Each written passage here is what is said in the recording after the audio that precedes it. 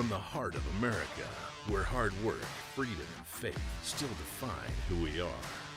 From the farms to the factories, from small towns to city streets, this is the fight for the soul of our nation.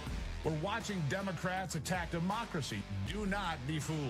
The strength, the grit, the greatness of the American spirit, all right here.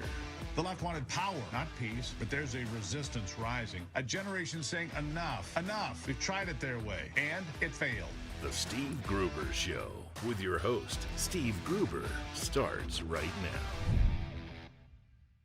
We launch another brand new day live from the heartland in the shadow of Detroit. Big snow across the country. We'll talk about that coming up. Yeah, brand new day here, fighting for you from the foxhole of freedom, which always makes me ask, who do you want in your foxhole today? A lot of work to do. Let's get to it. Here are three big things for this hour. Number one, Don Lemon and the others that raided a church in Minneapolis to harass and intimidate the congregation on Sunday could soon be facing very serious charges, maybe even jail time. Yes, including Lemon. We'll talk about it. Number two, Scott Besson thinks if you think 5% is a great number for GDP, just wait. He says we could hit 7%, maybe 8% this year. And the economy will be rocking by Election Day. And number three, President Trump preparing to speak at the World Economic Forum in Davos, Switzerland today and tomorrow. His critics want to focus on Greenland, but Trump says he's going to focus on how he's turned America back into that shining city on a hill. Listen. Well, I think I have a lot of messages for Davos, but the primary message is how well the United States is doing. And I say it all the time. A year and a half ago, we were a dead country. And now we have the hottest country in the world. I mean, you're beneficiaries too. And you look, some of you have 401ks. You don't have to tell me your numbers are the best they've ever been. And the stock market's at an all-time high. We are just doing great. So I think the message at Davos, we're leaving, gonna have an interesting time. We have a lot of meetings scheduled, but the message for Davos is how incredible our country is doing.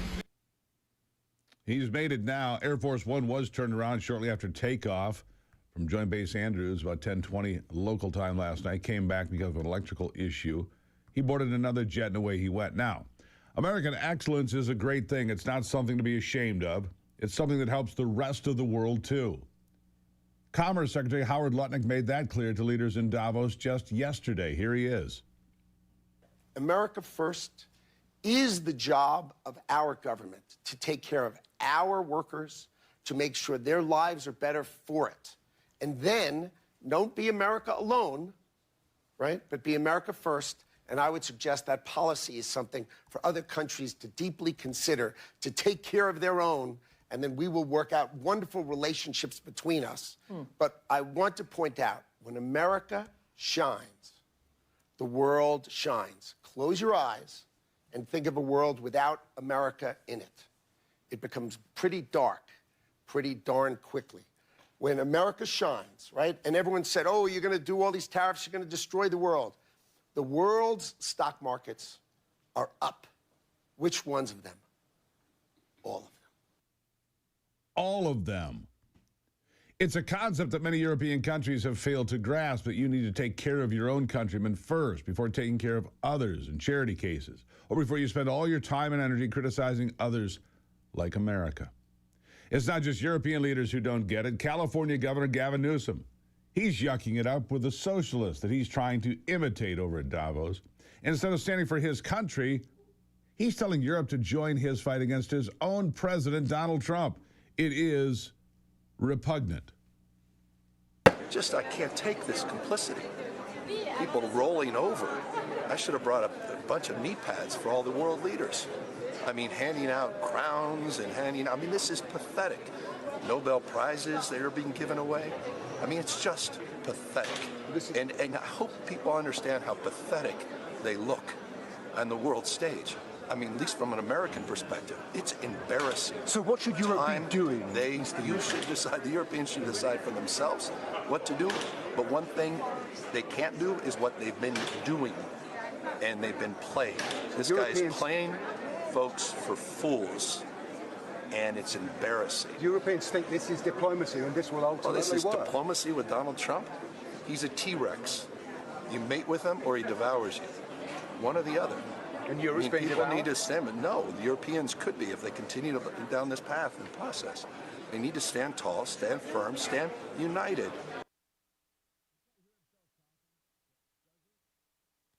Does he hear himself talking seriously? Seriously. He's telling Europe to stand united against his own country. Newsom doesn't give two rips about America, obviously. He cares about sound bites and sounding tough against Trump so that he can go viral before he officially announces his bid for president here. I wonder if he'll feel the same way, to ignore the American president and so forth, if he were to be elected. He won't be, but if he were. It's nauseating. It's anti-American. It's a flat-out false representation of what really is going on, because far from being complicit, France's leader Emmanuel Macron is on the world stage claiming that Trump is trying to weaken and subordinate Europe. Here's what he said. When we look at the situation, it's clearly a very concerning time, because we are killing the structure where we can fix the situation and the common challenges we have. Without collective governance, cooperation gives way to relentless competition. Competition from the United States of America through trade agreements that undermine our export interests, demand maximum concessions, and openly aim to weaken and subordinate Europe, combined with an endless accumulation of new tariffs that are fundamentally unacceptable, even more so when they are used as leverage against territorial sovereignty. Now, the usual suspects, the far-left leaders of Europe, are all marching to the beat of Trump is a bully once again. America has funded their defense for too long, for decades, ever since the end of World War II. It's bred a sense of entitlement, obviously. An entitlement to our resources and our money. It's absurd that they could rely on us as much as they do and think that they can preach to us about territorial sovereignty. They would not have had any territorial sovereignty except for us. I've already made the argument several times for why acquiring Greenland or having operational control is in our best national interest, and frankly, in the interest of anyone who doesn't want to be bullied by China and Russia. But the problem is that our so-called allies are getting more and more comfortable with getting into bed with China. During that very same address, Macron told China they were welcome to partner with France, begged them for more foreign investment from China. Canada's Prime Minister, Mark Carney, bragged about a new strategic partnership with China during his Davos address yesterday. This strategic partnership is one that he established this month while visiting Beijing and fawning over the dictator Xi. Here's part of it. Mine is the first visit of a Canadian Prime Minister to China in nearly a decade. The world has changed much since that last visit. And I believe the progress that we have made in the partnership sets us up well for the new world order. Yeah, he said It's a partnership with new focus and greater depth and a sense of purpose. And I look forward to realizing its promise and building on it in the years to come. The very last thing I want, or you should want, is a new world order that has China on top and Canada and other countries on their knees. More after the break. It's the Steve Gruber Show. Good morning.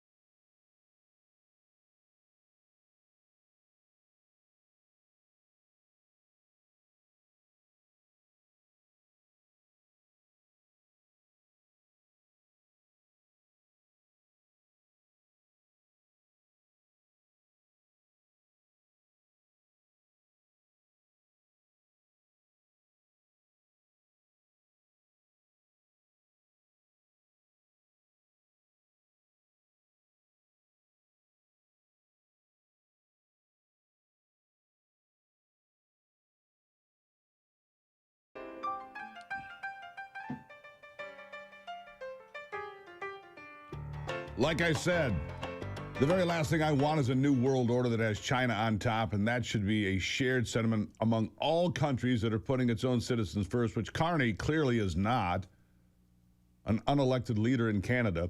The deal with China will flood Canada's electric vehicle market with Chinese EVs that Canadians don't actually want, 49,000 of them. Even Ontario Premier Doug Ford, who's been a staunch supporter of Carney and an opponent of Trump, says that Carney is screwing Canada over. Here's what he said. Absolutely not. Didn't have any consultation, didn't consult with any of the automakers. This is going to be terrible for not only just all the people of Ontario, but especially the auto manufacturers, the supply chain. We're letting China into a market that's going to have lower tariffs than our largest market, the U.S., and I don't think that's going to go over too well with President Trump, but it's going to hurt every single auto manufacturer, every single supply chain that has anything to do with the auto sector. This was not thought out properly. It wasn't consulted. It was a knee-jerk reaction as far as I'm concerned, and this is going to be a big, big problem.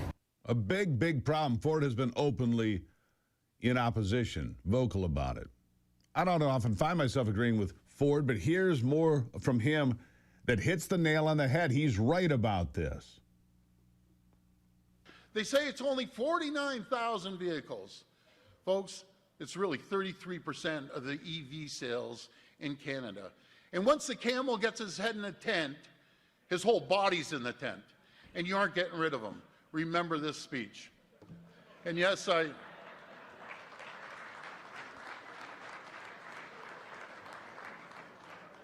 just looking for a little sip of water. But anyways, folks, you know, you can play this back a few years down the road. I can assure you this is not a good move. Yeah, no, it's not. But it seems that much of the free world is deciding to capitulate to communist China and to dictator Xi. In Carney's case, it's almost like he's choosing to screw over his own people just because he doesn't like Trump. In Europe's case, it's just plain stupidity. A bunch of weak-kneed leaders covering their eyes and holding their nose as they make poor decisions and screw up their populations. London is completely rolled over, whether it's surrendering to open borders or to this. The government has approved plans from China for a massive super embassy right in the middle of London, right on top of a historical site near the Tower of London and the city's financial district. The decision has the city's liberals and conservatives unified in opposition. They're all worried about the potential for spying and screwing over the Five Eyes, but Keir Starmer sold them all out anyway. Conservative MP Sir Ian Duncan Smith points out the very obvious. And I pointed out to him here, in their little statement they say, as long as China acts lawfully, this should be okay. They never act lawfully. The Chinese government is not lawful when it suits them. Hounding Chinese people here in Britain, not lawful. Hounding members of parliament by sanctioning them and their families, not lawful. Cyber attacks on the House of Commons and other areas and entities, not lawful. They act unlawfully whenever it suits them. So what they're saying now, as long as they act lawfully, well, that's it then. China's not going to be a real threat, and this increases the threat, and it's an utter, unmitigated disaster. The deal reached, by the way, after China strong-armed London with threats against London's embassy in Beijing. The deal's totally lopsided. London will now get to finish a few repairs on its embassy in Beijing, while the CCP gets access to what will be the largest embassy in all of Europe, placed on top of security and financial cables that will be transmitting sensitive information. Unmitigated disaster is an understatement. This comes after the UK handed the Chagos Islands back to Mauritius, an East African nation. And let me explain why you should care about this. The Chagos Islands were a British-owned group of islands in the Indian Ocean. Back in the 70s, we built one of our most important military bases there, Diego Garcia. And now, Mauritius owns those islands. And why does that matter? Because Mauritius has a very close relationship with, you guessed it, China. China's invested heavily in the infrastructure, economic zones, and it served as a gateway for China into Africa, which brings us to the bottom line on Greenland. We can't afford for Denmark to do the same thing with Greenland. Our allies have shown themselves to be more willing to cooperate with China than they should be. We can't let that shake our own national security. We simply cannot. Europe is focused on the wrong enemy. It's not us. It's not Trump. And Trump's going to do his damnedest to remind them of that today and tomorrow in Davos, Switzerland. We'll see if it falls on deaf ears. We'll see if the leaders there, the weak-kneed, weakling leaders of modern Europe, are smart enough to do the right thing. My friends, well, I wouldn't count on it. If you're struggling to kickstart your brain in the morning, when, let's be honest, who isn't? Brain Reward gives your brain refreshing support from tyrosine, B-complex vitamins and nutrients that help regulate stress and focus, perfect for school, work, creative projects, morning shows. Boost mood, clarity, and motivation, all without caffeine, jitters, and no crash. It comes from Victory Nutrition International. It's nutrition that gets in. You can get 20% off right now at vni.life/Gruber with the code Gruber. And when you subscribe, you get 20% off and free shipping forever with a subscription. Oh, it's a good deal. Ivy did her research on these vitamins. It's the best she found. Victory Nutrition International. Again, go to vni.life/Gruber. Use the promo code Gruber. If you get a subscription, which so many of you have done already, you get free shipping for life and 20% off for life. All right, if you didn't hear me from the beginning, Donald Trump's Air Force One took off from Joint Base Andrews about 10:20 local time last night, but had to turn around and come back and land, emptied out the plane because they had a small electrical issue, they said. The lights were flickering, and they said, oh, we're not taking that gamble. Put him on a different jet and sent him on to Davos. He's supposed to speak at 8 a.m. local time there, I believe. We'll see what happens. 8 a.m. our time. But he's going to be a bit late. So Davos bracing for Donald Trump to enter the room and put America first. I look forward to it. We'll monitor it from this chair right here. If something big happens, we'll bring it to you live. Good morning. It's the Steve Gruber Show. You can find out more by following me on all the social media platforms and send me an email at stevegruber.com if you got something else you'd like to say. I'll be right back.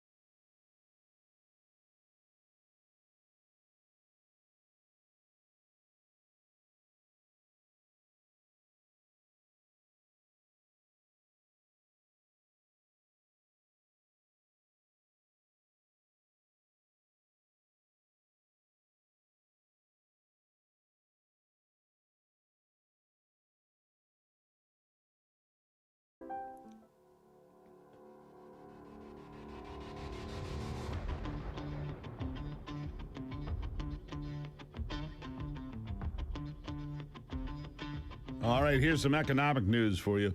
Silver just broke through $95 moments ago. Silver just broke $95 an ounce. Gold at $48.70. It's one big surge away from breaking $5,000 an ounce. All of these levels that were supposed to have resistance, I'm not seeing it. So they're busting through. We'll see where it ends up. Meanwhile, Donald Trump has doubled down on $2,000 tariff dividend checks. Would you take $2,000? Would you take a $2,000 check for being an American because the tariffs are working? I'm guessing you probably would. This comes as Scott Bessent says that the GDP this year could be 7%, maybe 8%. Pretty remarkable.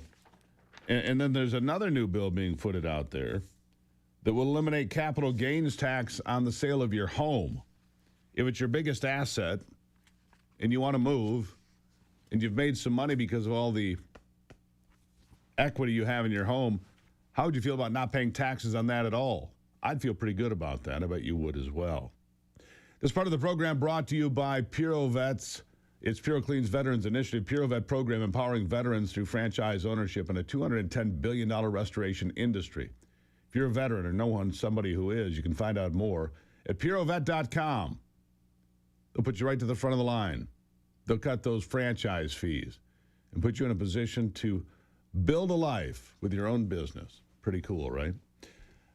Meanwhile, people ask me, where's the best place to watch it on streaming? Well, if you can't get Real America's Voice, the next best place, YouTube. Love to have you be a subscriber on YouTube. Use that QR code right there. You can become a subscriber on YouTube. The chat is great. It's growing all the time. Appreciate the folks in there. I go and check on those folks. I check on the Getter folks. But YouTube is growing. And I'm told that that's the best stream we get. YouTube, right there. Click on that QR code. Become a supporter in a more, important way. You can become a subscriber there, too. Subscribe at YouTube. Subscribe at Facebook. If you like what we do here, show us some love, right? Show us some love in these different platforms. With that YouTube QR code, click right on it. Away you go. You're going to have a great day. Enjoy it. Coming up, Congresswoman Harriet Hageman, who's running for the United States Senate in the state of Wyoming, will join me. Don't go anywhere. It's the Steve Gruber Show.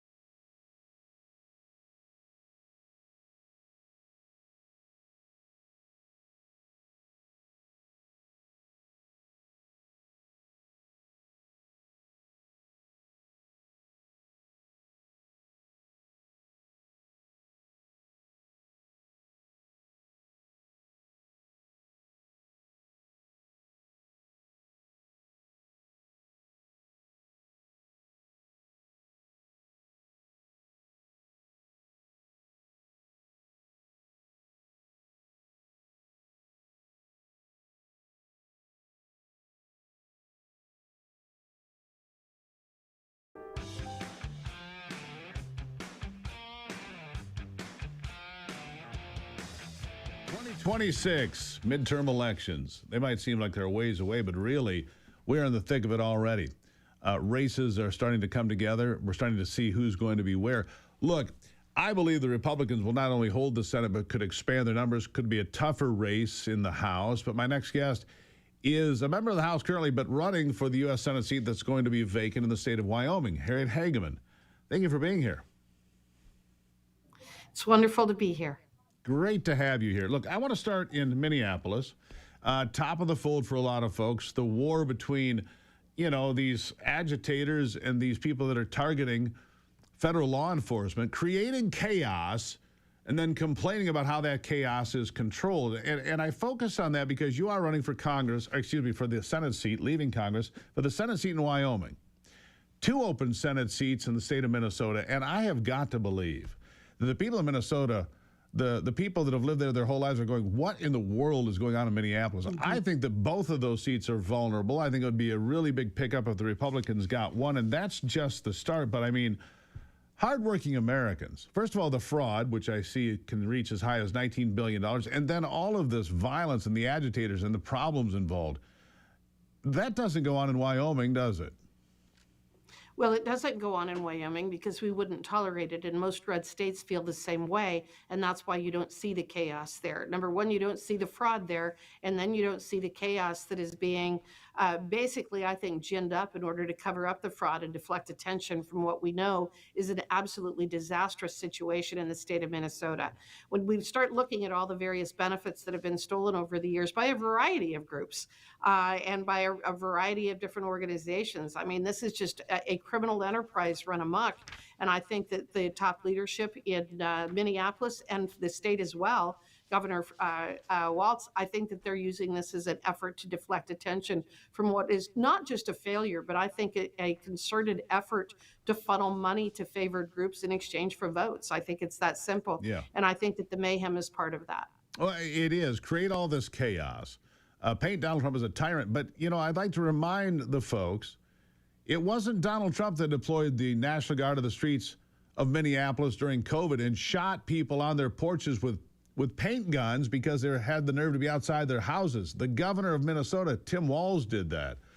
He needs to be held to account. So does the attorney general there. So does the lieutenant governor. All of these people. I mean, there is no way. I'm sorry. I do not believe, Congresswoman, that they didn't know about the fraud. How could you not know about fraud to that magnitude? Well, how could your agencies not have done any spot visits? I mean, that's the very purpose of many of the people employed in those various agencies. Their job description is to go out and ensure that these various programs that are being funded actually exist, that they're serving the people that they claim that they're serving, and that they're actually accomplishing something with the money that has been appropriated.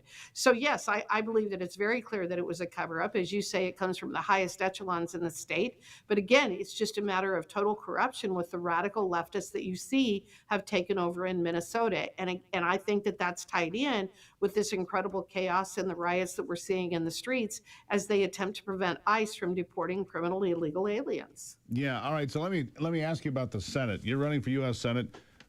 You are, I think, by all regards, the front runner at this point. You say you never take it for granted, but we'll see what happens. But I look at other states where there are clear opportunities for Republican pickups. Georgia, New Hampshire, Michigan has an open Senate seat. And again, 2 seats in Minnesota is going to be awfully hard for the Democrats to defend both with everything that's going on there. I do believe the Republicans have pickup opportunities in all of those places and maybe more. So that's a good situation, isn't it? It is if we get out there with the right messaging, and the messaging has to be based upon the accomplishments and contrast that with what happens when you've got Democrat rule. I think all we need to do is look at the state of Virginia as an example of people who ran as moderates.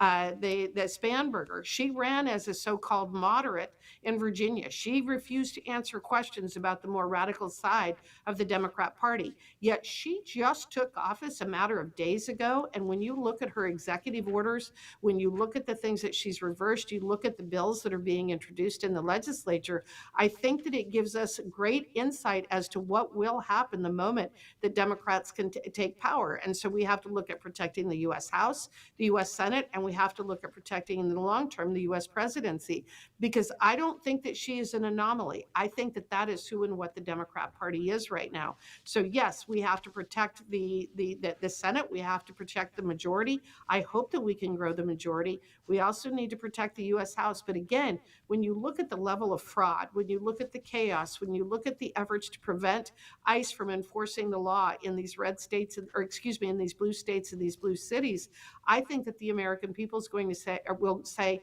in November, we don't want that. We find that to be crazy. That is not who and what America is. Let me ask you about this. State of Wyoming is an energy state. I think Chris Wright has done a tremendous job thus far as the Secretary of Energy, a fracking guy who understands energy better than anybody in that job in recent memory. For Wyoming, this focus on American energy is a positive. It's also a positive in the Dakotas, in Alaska, in Ohio, in Pennsylvania, all the energy producing states, not to mention Texas, of course. This is the right step forward because America's economy runs on vast quantities of cheap energy. We need American-produced energy to power this economy. We have to stop fooling around with windmills and solar panels built in China that have little impact on our economy. In fact, many would say they're detrimental. What are your thoughts on energy and the policy of this administration? Energy security is national security. Energy security and affordable and reliable energy is what really is the power behind the economic engine of the United States of America. Wyoming is one of the largest energy producers in the nation. We are the largest coal producer. We produce about 250 million tons a year. We're the 8th largest oil and gas producer. We're one of the largest reserves of uranium in the entire United States. And wind and solar are never going to be able to provide the affordable and reliable energy that we need in this country. I don't care whether it is in powering our hospitals, our industries, our municipalities, our domestics, our homes. The fact is that going down the road that China has been attempting to push us for the last several decades with the entire global warming and then climate change nonsense, you can see what happens when you do that. All we need to do is look at Germany. Germany is literally deindustrializing before our very eyes. The second largest industry, or the second largest municipality in Germany, right before Christmas, they voted. They had a referendum. Only about 40% of the people voted, but they voted to deindustrialize because of this whole net zero nonsense. They're destroying their economy. They are destroying their industries. What do you think about when you think about Germany manufacturing? You think about Volkswagen, you think about BMW and Mercedes-Benz. They're getting to the point in Germany that they can no longer produce some of the most iconic cars, automobiles that the world has ever seen because of their effort to deindustrialize and go to net zero. You can say the same thing about the UK and France. Those countries that have made the decision to go down that road, they are destroying the economy of their very own people. They are destroying the ability for them to prosper. They're making it very difficult across the board. We don't want to do that here. And that's why this administration has been so great for Wyoming, but also for the country as a whole. Agreed. I wish you well in your run for United States Senate. I've gotten to know you over the last 3 or 4 years. I think you're the right voice for Wyoming. I don't endorse anybody because I'm not allowed to, but I will say I think you're the right voice for Wyoming. Real quickly, what's your website? HagemanForWyoming.com. There you have it. I'd love to have any support that people would be willing to give. We wish you well. Thank you for being here. Thank you. All right, there you have it. Harriet Hageman. I do think she'd be the right voice for Wyoming. I'll take a break and be right back.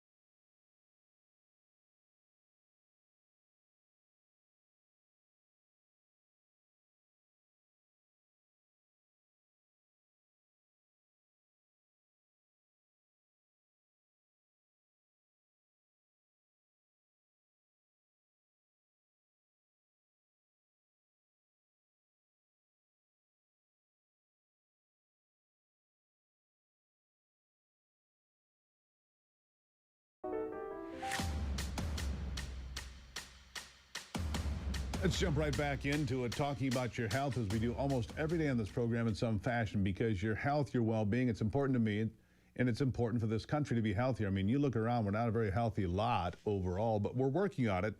Make America Healthy Again sure is getting some victories these days. Speaking of victory, Dr. Kelly Victory, the Chief of Disaster Emergency Medicine at the Wellness Company, is with me now. Doctor, thank you for being here. Thanks, as always, for having me, Steve. Yeah, Make America Healthy Again. I think the biggest change recently, two things, reducing the vaccine schedule from, I think, 79 to 11. But just as important is the food pyramid, which has been inverted my entire life. And I've never followed it. I mean, I learned a long time ago that if you eat 11 servings of pasta, you're probably going to get fat.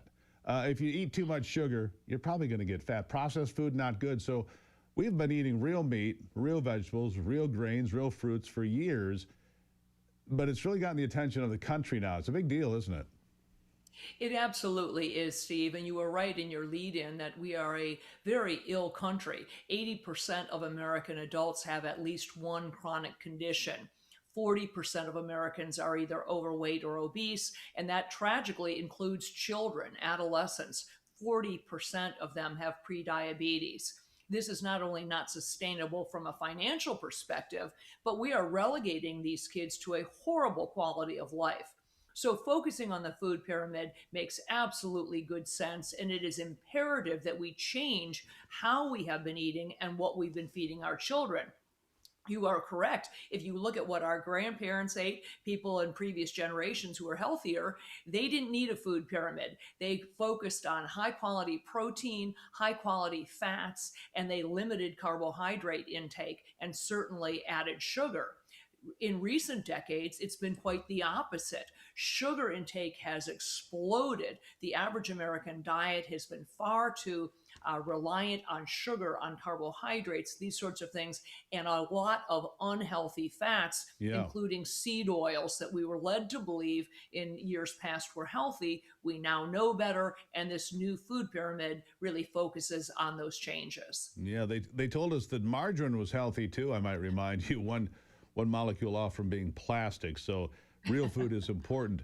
Look, Bobby Kennedy is out there making a difference. And one of the other big moves is SNAP benefits. If you're going to make SNAP benefits available to millions of people, which we do, let's make sure the food we provide to them is good, high nutritional food with dense nutrition.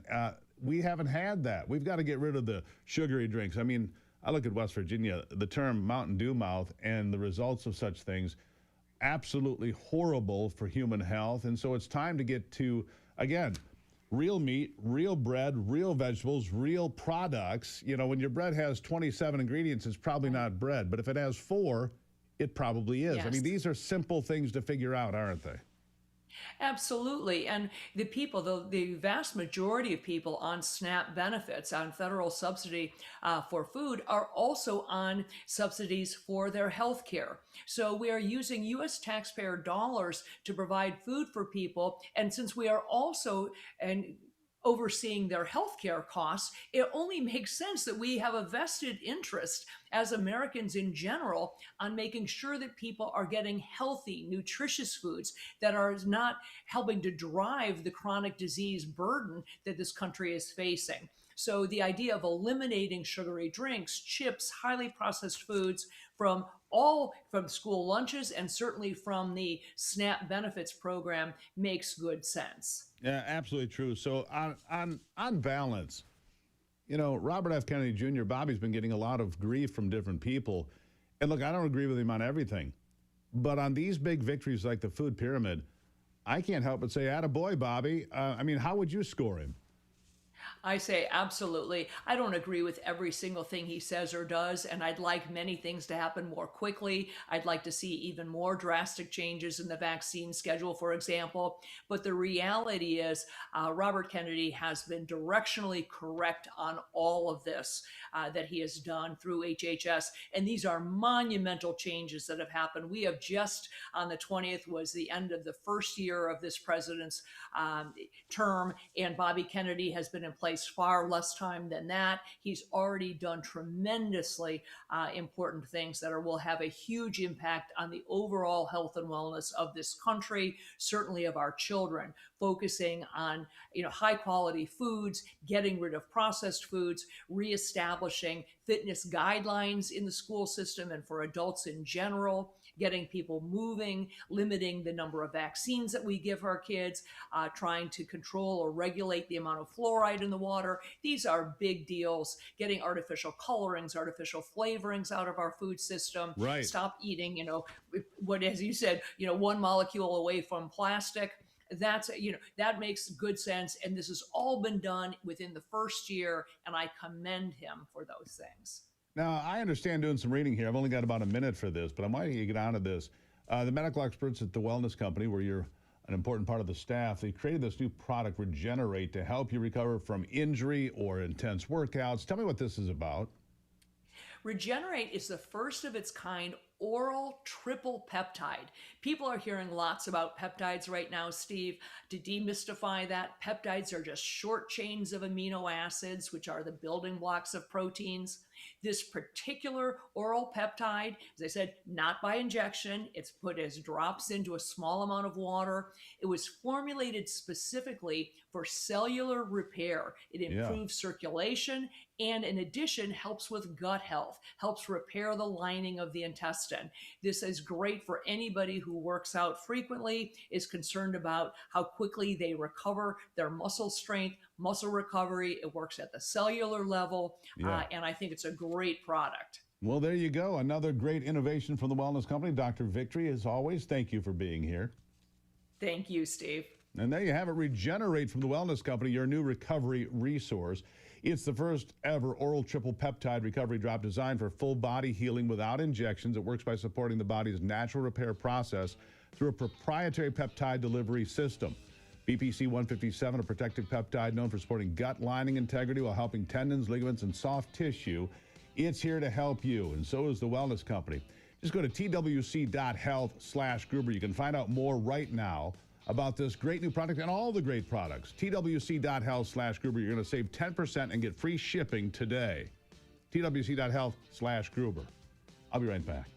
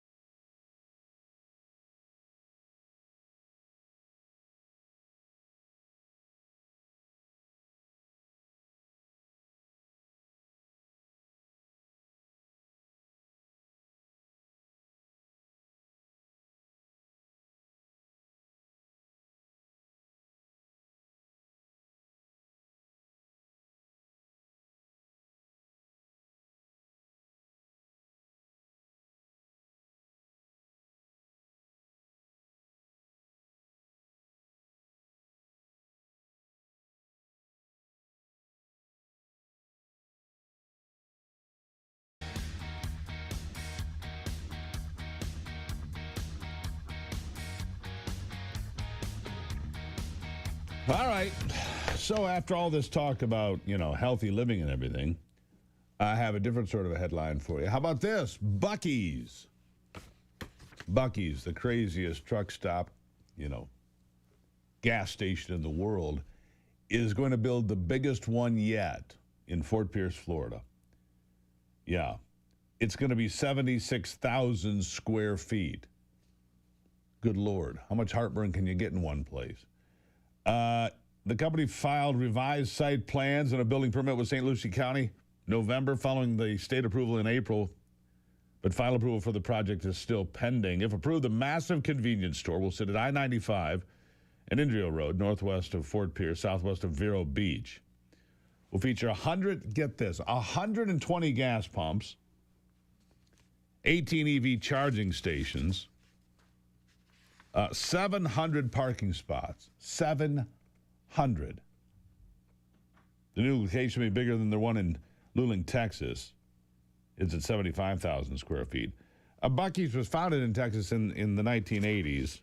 Long stood out among rivals because it just is huge. 7-Eleven stores are usually about 3,000 square feet. Wawa Sheets, they're about 5,000 square feet. Buc-ee's, 76,000 square feet. We don't have those up here, which is too bad. By the way, there's this storm. We're going to be talking about this over the next couple of days, I'm sure, into the weekend. This winter storm goes from Texas and will reach all the way to the Carolinas. They're calling for a foot of snow in Nashville. Maybe a foot of snow in Charlotte, North Carolina. A lot of ice as well. This is going to be a destructive storm. So if you're in that path, look at your weather report. Make sure you have the things you need in the house, food, water, a generator would be nice. Be careful. We'll give you the information when it comes. It's a big storm. We call it winter. Those people call it climate change. I call it winter, all right? It's January. You get big storms, but this one is kind of a beast, and now you have been warned. We'll be following that. Donald Trump in Davos, Switzerland. What's he going to say? Oh, all the drama. We'll have it all for you here as we continue this morning. And, of course, a complete wrap-up tomorrow on the program. Follow me on all those social media platforms. Send me an email, stevegruber.com. I'll be right back.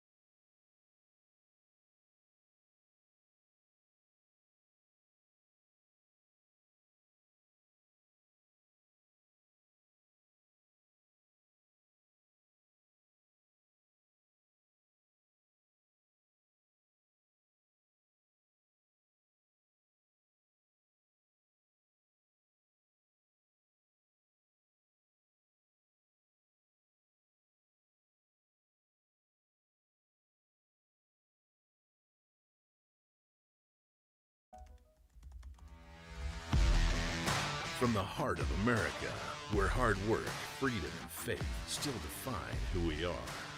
From the farms to the factories, from small towns to city streets, this is the fight for the soul of the nation. We're watching Democrats attack democracy. Do not be fooled. The strength, the grit, the greatness of the American spirit, all right here. The left wanted power, not peace, but there's a resistance rising. A generation saying enough, enough. We've tried it their way, and it failed. The Steve Gruber Show with your host, Steve Gruber, starts right now. And here we go, fighting for you from the Foxhole Freedom, lighting the fuse on another big hour here. Thank you for stopping in. It's America First here every day. Hope it is with you as well. Here are three big things you need to know right now. Number one, it seems to many of America's alleged allies they're willing to do deals with China over supporting what is best for the West. This is why we must be winning and willing to protect ourselves and not rely too much on anyone else. Number two, President Trump speaking in Davos today. We'll bring you live coverage if it happens during the program. If something big takes place, we'll have to take you there for it. And number three, the assault on a Minneapolis church by radical anti-ICE agitators, protesters, and rioters on Sunday is likely going to result in a series of criminal charges from the Department of Justice, as it should. And even if Don Lemon claims he is and was committing an act of journalism, he's very wrong. I think he's about to find out the hard way. The disgraced former CNN anchor storming a church is a felony, by the way, Don. Maybe a few felonies. And they were even admitting it on CNN. Here's what they said. What does the law say about protesting in a church like this? Yeah, the law says that these protesters are in trouble. There's a federal statute called FACE, F-A-C-E, that says if you interfere or physically obstruct another person's First Amendment right to exercise their freedom of practicing their religion, it is a federal crime. Now, had these protesters stood outside the church, been on the sidewalk, been on the street, they likely would have been protected by their First Amendment right to protest. But you're allowed to protest in a public forum, but that right is not absolute. They crossed the line when they went inside a church. And I think of it almost like, a church is public property. Imagine if protesters went inside a hospital to protest Medicaid or health policy and interrupted treatment of patients. It's really not that different. It's really not that different. And I don't consider a church to be public property. That's why you can be told to leave if you're trespassing, right? The church assault in Minneapolis getting very low marks from all sides, by the way. People not impressed with this, including CNN. Here's more. I totally disagree. Because of what a pastor does for a living or what they're involved in politically gives no one the right. There was a child in that video who was sitting in their father's arms, shaking, confused, trying to figure out what's going on when these people burst into this church. And Lee, what I would say is people have a First Amendment right and the ability to go and protest against ICE. If they don't like ICE, be my guest, go protest. But those people in that church, I would say and, not but, those people in that church absolutely have a First Amendment right to gather and worship the God of their choosing. And I'll say a point here is it is actually Dr. Martin Luther King Jr., the day that we recognize his contribution to the country today. His mother in 1974 was shot and killed in a church because of political violence, because the KKK wanted to insert their political will over a community. This is remarkably similar to that. I remember my great-grandfather telling me stories about church bombings in the South. Remarkably similar to that. Everyone at this table should have So the protest is similar to the person getting shot. Let me finish, please. Everyone at this table, please, should have absolutely no issue saying that this was wrong, it was reprehensible behavior, and this is not the appropriate way that we address our grievances in this country. Where does CNN keep finding the child leftists, by the way? They put children in that chair at CNN that as if they have some relevance. He just got schooled to the little boy. You can't attack churches. You learn about Martin Luther King's mom. Church bombings in the South happened fairly regularly in the 60s and 70s. And this invasion of the church was led in part by disgraced former CNN anchor Don Lemon. And he goes out on the streets to talk about illegal aliens. Boy, does he get schooled. People aren't buying his little stunt, his little shtick. Listen to this. Crossing the border illegally is not a crime? No, it's not a criminal act. It's a misdemeanor. So why are they being sent back and saying that they're breaking the law? That's the point. Okay, as somebody that actually... We don't know if they're breaking the law because they won't tell. There's no due process. Where's the evidence? That's the whole point. And if they are breaking the law, most people will say, okay, then they need to go if they're criminals. But if they're not, why are they being rounded up and sent out, especially when he promised to deport the criminals? And now he's not doing that. Yeah, I don't think we're going... Misdemeanor is not a crime. Yeah. So misdemeanor is not a crime? It's not a criminal act, no. If you get charged with a misdemeanor, that's not a criminal act. So why get charged at all then, if it's not a criminal act?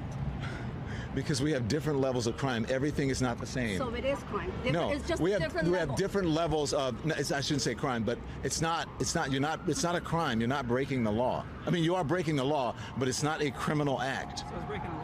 What an idiot. No, you're not breaking the law. All right, enough. No, you're breaking the law, but it's not, he just said it himself. It's not a crime. It's a misdemeanor. Hey, doofus. A misdemeanor is a crime.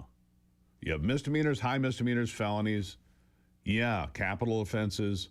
They're all crimes, different degrees of crimes. What a clown.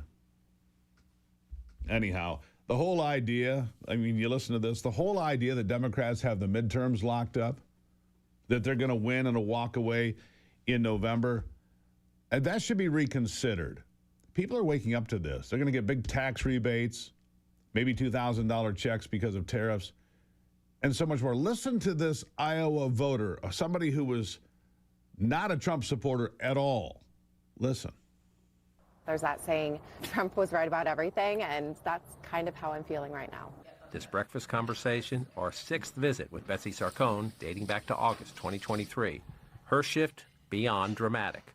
A DeSantis, then a Haley voter, said she would vote for Joe Biden if Trump won the Republican nomination. But she changed her mind. I think Biden probably changed me more than Trump. I think watching nothing be done, for 4 years about an open border.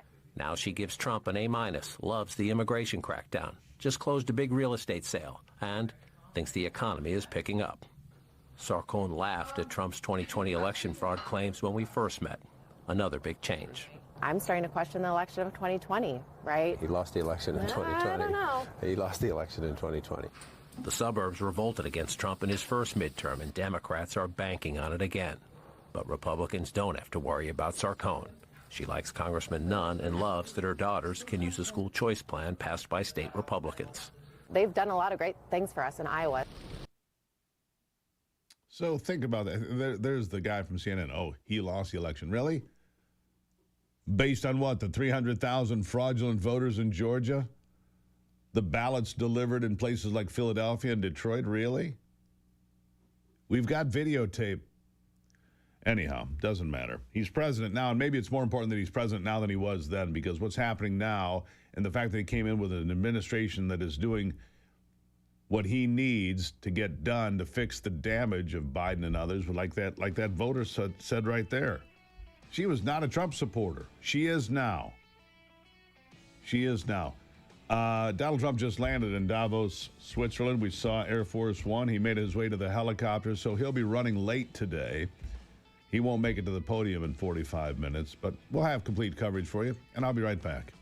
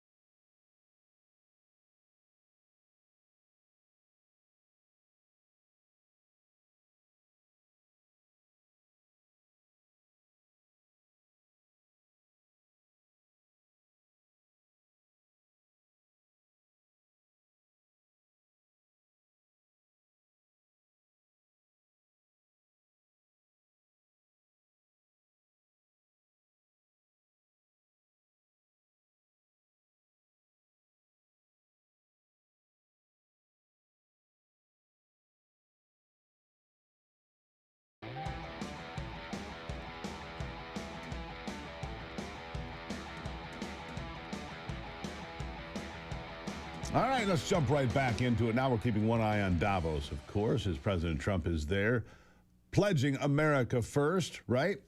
And when it comes to America first, he's putting rural hospitals front and center as well as the president, $50 billion investment into rural hospitals. And it couldn't come at a more critical time. Rural hospitals are facing financial pressure like they never have before. Peter Baska is the founder of 360 Smarter Care. He joins me to evaluate this program. Peter, good morning. Good morning, sir. How are you? I'm very well. Thank you for being here. So $50 billion in rural health. What does it mean? It's over 5 years. Tell me about the Rural Health Transformation Fund, what it means, and who benefits. If it is used properly, this is going to be a transformational program, pardon the pun. My concern, and everybody's concern, should be that the money isn't spent to simply bail out struggling institutions. We have to change the way we provide care in these rural areas, or we're just going to have the exact same problem $50 billion later. True. And you know, that's the argument over sending money directly to insurance companies when it comes to the failure of Obamacare, which was always intended to fail, and fail it has. You can't just send money to the insurance companies. You can't just send money to these healthcare companies and conglomerates and say, hey, here's $1 billion for you, make it work. There has to be oversight. We have to be able to look at the books, something we've been very poor at in this country. Open the books, take a look, and we'll solve problems in Minnesota for sure. So when we start just sending out checks, real problems happen. What would be your suggestion to make sure the money gets spent properly? We have been working with a number of states prior to them putting out requests for information and RFPs to try and guide them into transformational actions. In terms of watching the money, I've been working specifically with New Jersey early because they have already put out their RFPs and grant applications are closed. And I have to compliment the state of New Jersey. They have been very specific and have required what I would refer to as intensive reporting. It is very encouraging and much better than I would have expected. Better than I would expect from New Jersey as well, but good for them. Let's give credit where credit is due. All right. So there are other challenges. One of the challenges you point out here are transportation problems. You know, you get to some of these rural places, northern Michigan where I am, or in the middle of nowhere in southern Ohio, or Tennessee, or Montana, or the Dakotas, you might not have a ride to the hospital. I mean, the hospital might be there, but it could be 2, 3, 4 hours away, depending on how remote you are, and it happens every day in America. That's one of the other challenges. How do we get people to the healthcare provider? Oh, I absolutely love that question. We're proposing that it be done digitally. There's a device made, not my necessarily favorite state, but California, and this particular device actually will be able to do right now an EKG, pulse ox sensor, operates as though the doctor were sitting next to you. Place it in your ear. The doctor says, tilt it up, tilt it. Examines your ear just as though they were handling the otoscope themselves. That's what we mean by transformational.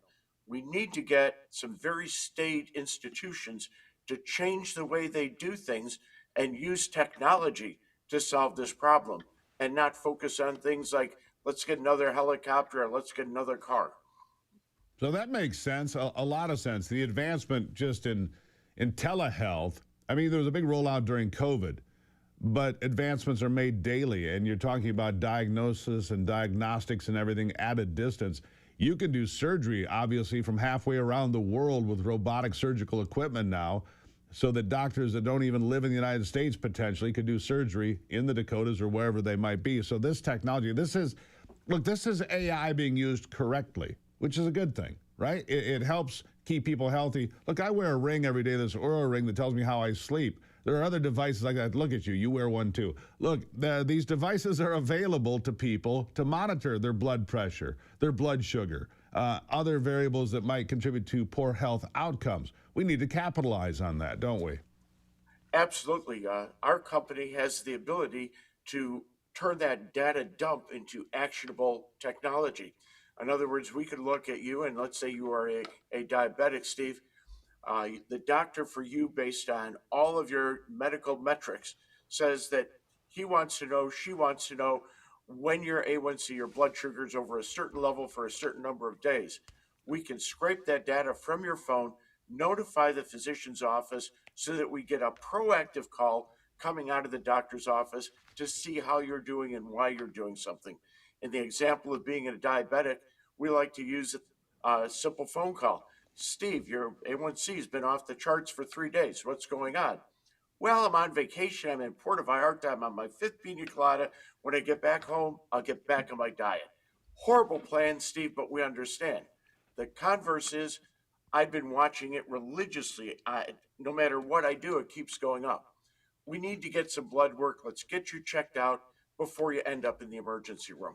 So how long, Peter, until the drone shows up at my house, takes my blood and flies it out of there? I mean, how far? I mean, it's not a joke. How far away are we from something like that? Last word to you.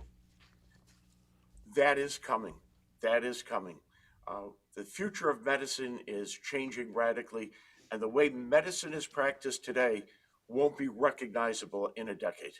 And that's probably a good thing, because you're talking about health improvements and better outcomes. Peter, great story. 360 Smarter Care is his company. Look it up. You might learn a thing or two and find out about how to take care of yourself. I really appreciate you being here. You come back anytime. Steve, thank you very much. Have a great day. You too. Be healthy out there. I appreciate it. Healthcare is changing. And look, the drone's going to show up. It's going to take a spot of blood off your finger. Boom, and away it's going to go. You're never going to leave the house. You're going to get on the computer. Your doctor's going to talk to you, talk about A1C or whatever it might be. Hey, your blood pressure's been out of whack for 3 days. What's going on? All of these things. And in real time. You don't have to go sit in a waiting room for 2 hours. Stand in line at the pharmacy. Certain pharmaceuticals will be dropped off to your house by the drone. Trust me, it's all coming. I'll take a break. It's the Steve Gruber Show. Good to see you today.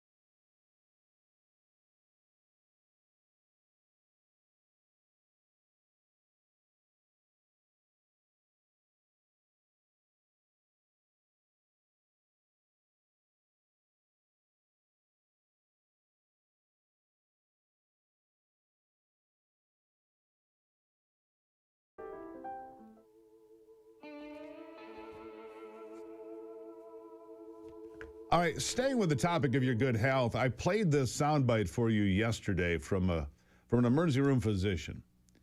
I want to play it again and then give you a headline and tell you that this is a big deal. Listen. I will tell you something that I haven't said publicly yet, and it deserves to be said. We were seeing 10 to 12 overdoses a day, and we are seeing maybe 1 or 2. Sometimes we go 3 days without seeing an overdose of fentanyl. So closing our borders and doing the things that he is doing, I am 100% behind. It really has made America better in the healthcare system, in the war against drugs. It certainly has. Listen, here's the headline from the Centers for Disease Control. U.S. drug overdose deaths have dropped by more than 20%. They dropped by more than 20% in 2025. Why do you think that is? I mean, why do you think that is? Well, it's because you don't have fentanyl coming across the border unchallenged anymore. So drug overdose deaths are plummeting across the country. The CDC didn't say why, but it's a direct correlation with a secure border. You can do the math. You're smart. Did you know that American homeowners nationwide have over $32 trillion in equity, and cyber criminals are looking to steal it from you every single day? The house alarms, the doorbell cameras, none of that stuff are going to stop these folks. They don't want your television or your jewelry. They want the equity you've built up in your home. If your title isn't being monitored, scammers can transfer the title of your home into their name by going down to the county and filing some paperwork. And the scariest part, you won't even know it's happened until those foreclosure notices end up in your mailbox and the damage has been done. The best way to protect yourself and your equity is with triple lock protection from my friends at Home Title Lock. Triple lock protection is 24/7 monitoring, alerts of any changes, and God forbid if the worst happens, restoration services up to $1 million, no cost to you. You can check on your home titles today. Make sure you're not a victim. Use the promo code Gruber at HometitleLock.com to make sure your title is still in your name. Promo code Gruber. Get a 14-day free trial of their coverage and their service. HometitleLock.com, promo code Gruber. Make sure you have peace of mind. I'll be right back.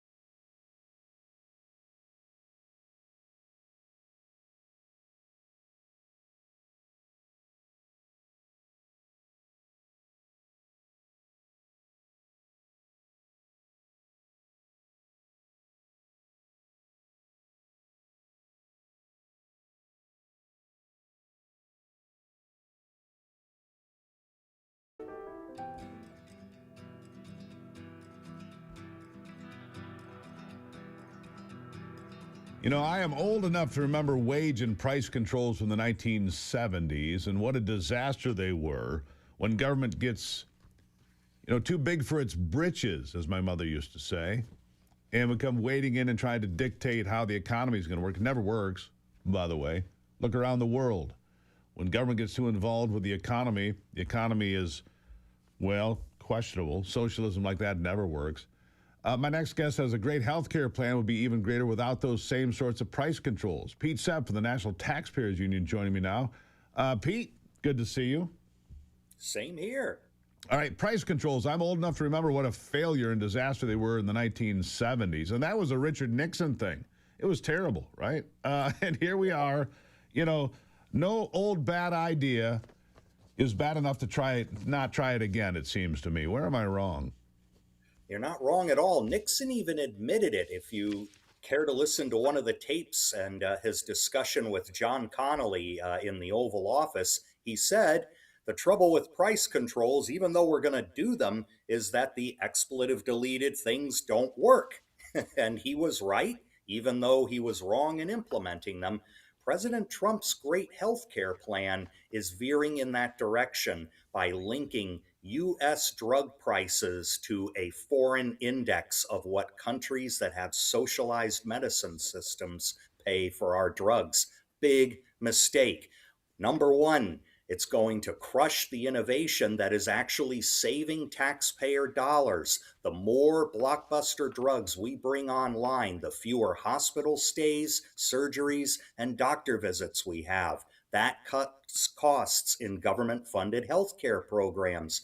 Another problem, we're aiming at the wrong thing. We don't want to emulate these socialist systems of these countries that we link our prices to. We want to make them pay their fair share. Right now, on a purchasing power basis, socialized medicine countries, mainly the ones in Europe, pay less than half of the price that we do as Americans for our drugs. That's wrong. They need to be made to pay their fair share. And I'm not being a Marxist here. You know, here's the thing. You look at Europe, Pete, there is no innovation coming out of Europe. Nothing. Because the governments have their hand in everything. There's no innovation coming out of Europe over the last 25 years. Here's something else. 100 million more people live in the EU countries. I think there's 27 of them. Our GDP far outpaces them. Our productive and our production far outpaces all of Europe. I mean, they're destroying their own economies in places like Germany, where they're deindustrializing. Brilliant. Pretty soon they can be living in caves again if they plan it right. I mean, the idiocy knows no bounds. Oh, yeah, we just need more socialism, less industry. We need to have windmills. I mean, these people are nuts, aren't they? Yeah, that's right. And we need to remember, no other country on earth, no other country has a system of healthcare where Americans have access to almost 90% of all new drug launches, and yet over 90% of all prescriptions are filled through generics. That's called access and affordability. Germany doesn't have it, UK doesn't have it, Canada doesn't have it. They don't have it because they resort to more government control. That means rationing things, waiting periods. It means tamping costs down artificially, which means tamping care down artificially. And every country you just named are cozying up to dictator Xi and China. Every country you just named are cozying up to China, turning their back on Western civilization and Western values to become even more socialized. I mean, Carney up in Canada, they want to silence people, they want to tax people, they want to flood the place with people from countries all over the world that have no interest in Canada and hate maple syrup. I'll just throw that in there. They hate it. What are they doing, Pete? I mean, honestly, what are they? This is why America has to look out for America.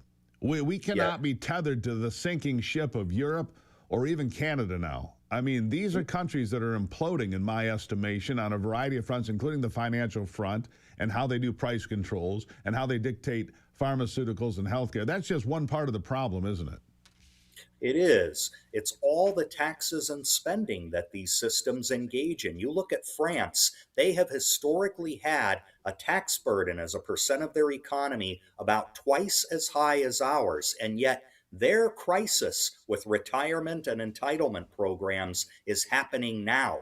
They're collapsing because no amount of taxation is ever good enough to cover the spending ambitions of socialists. They go down the drain faster than any other country like ours, which is in a lot of trouble with its own entitlements because they cannot control their appetite for more resources from their people. Yeah, they're down the drain faster than scrubbing bubbles. Another 70s reference just for fun, folks. There you go. Let me ask you, what does the message need to be? Donald Trump on the ground about 20 minutes ago in Switzerland on his way to the Davos World Economic Forum. What do you want to hear the president say to the rest of the world? I think he's going to deliver the terms of surrender financially to the people of Europe and elsewhere. Say, look, we're up 5.4%. Scott Bessent says we could see GDP 7%, maybe 8% in 2026. It would be mind-blowing, but we're on a track to do that. What do you want to hear from the president in Davos? I want to hear the president say, look, we've cut taxes. We're finally trying to get a handle on spending. We are going to be an island of innovation and freedom, not one of stagnation and oppression. You can follow us or you can be left behind even further than you already have. He should not emulate anything fiscally that those countries are doing or in their healthcare systems. I totally agree, Pete. They just don't get it. Do they not have books in Europe? Do they not have books in Canada so you could read about the Great Leap Forward? Of course, they don't teach that in schools anymore. And what a failure Chairman Mao was, and Stalin, and Castro. I mean, you just go right down the list. Do they not read? Unfortunately not. They would rather think that this time, we can get socialism right. Good Lord, Pete. It gives me a headache because it's so obvious. It is so obvious. Those things don't work. It leads to failure. It leads to governmental collapse every single time. Last word to you. Call your office. Yeah, last word to you. Whatever you want to share with us, Pete. The president's on the right track, partially with this great healthcare plan. More transparency, putting more dollars back into people's pockets so they can get their own health care, introducing competition in the market. This one piece, drug price controls based on other countries, is a 180-degree opposite policy that he shouldn't be following. Pete Sepp, always appreciate talking to you, sir. Thank you. We'll look forward to what he says today and tomorrow. We'll talk again soon. My pleasure. Take care. Of course. Coffee. It's one of the things I prefer every day, and I prefer 1775 coffee. It's great coffee. It's bold and full-bodied, and it is sustainable. That's the great thing about 1775 coffee. It isn't just your morning boost. It's your fuel that keeps me strong. I drink lots of it. Single-origin, high-altitude Bolivian beans, hand-picked at peak ripeness. And right now, if you go to 1775coffee.com and use the promo code Gruber, you're going to save 10% off tomorrow's Cup of Joe. Yeah, I drink a lot of it. Makes me happy. I like to be happy. 1775coffee.com. It is an average. It's great coffee. You're going to appreciate it. 1775coffee.com. Promo code Gruber. I'll be right back.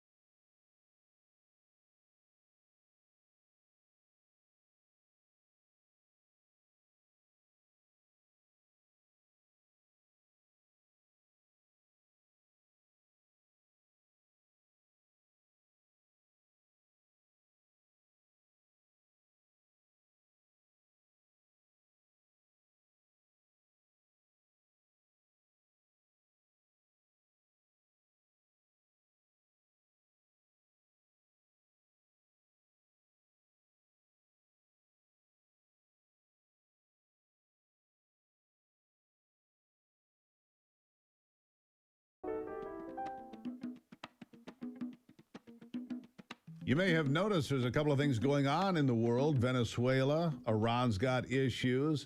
These things impact world oil prices, or at least they should, because these things are happening in real time. Venezuela produces tremendous amounts of oil, not as much as they could have or did in the past. Iran obviously also has a big oil supply, but disruptions because of turmoil in both places could create impacts on the oil market, and therefore it could have an impact on you when you go to the gas pump, for example. Tricia Curtis, the CEO of Petro Nerds and an economist from the American Energy Institute, is joining me now. Thank you for being here. Hi, thanks for having me back. Always good to have you. Look, Venezuela has had problems for years now because of the Maduro regime. He's now not there anymore, obviously. You've got Iran, where people are in the streets by the millions, many of them, unfortunately, being killed by the tyrants there in Tehran. What does all this mean? I'm sitting here looking at oil. It stays at about $60 for West Texas Intermediate. Brent crude at about 64. It goes down a couple of dollars, up a couple of dollars. But so far, from a layman's perspective, from my perspective here in the Heartland, it's been pretty stable for quite a while now. Should I expect that to change?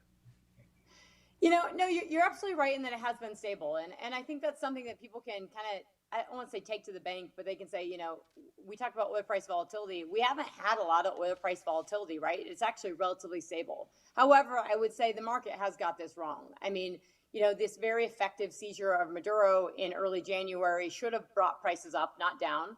And so I think you have this a big short position on Brent crude oil, and that's weighing on the market. You come into the first quarter of the year, it's pretty soft. That's weighing on the market.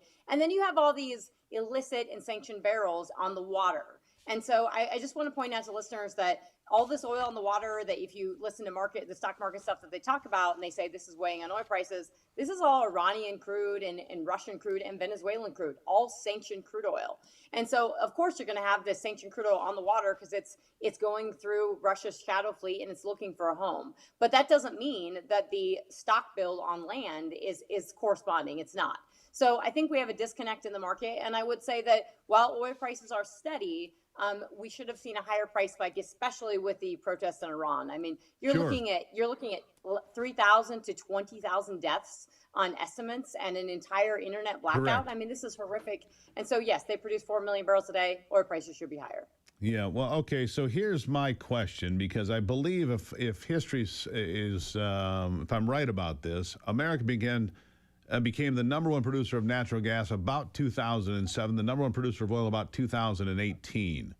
So when people say, well, they're stealing the Venezuelan oil, no, China did that, Russia did that, or other people did that. We don't really need the Venezuelan oil, except for the fact that we built infrastructure on the Gulf Coast to process this heavy oil, and that ran from the 1920s until about 2019. So it's a symbiotic relationship between Venezuelan oil and these refineries on the Gulf Coast. It'd be nice to put that back into production, but do we really need their oil? So it's a great question. And no, we don't really need their oil, but I think it's important to point out that oil, as you rightly point out, this heavy viscous crude oil, everyone's gotten on TV and become a Venezuelan, oil expert overnight, and they're not. They produce about 1 million barrels per day.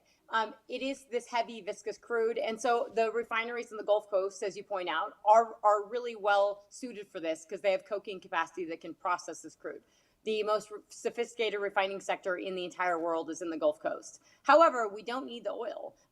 Just from a standpoint of does the U.S. actually need it? No. And I don't think this was about oil in Venezuela. This was about pushing back on China and Russia and telling the world, hey, there was a Chinese delegation in Venezuela hours before the effective seizure of Maduro by the U.S. government. So, right. That worked out. That basically put them on notice.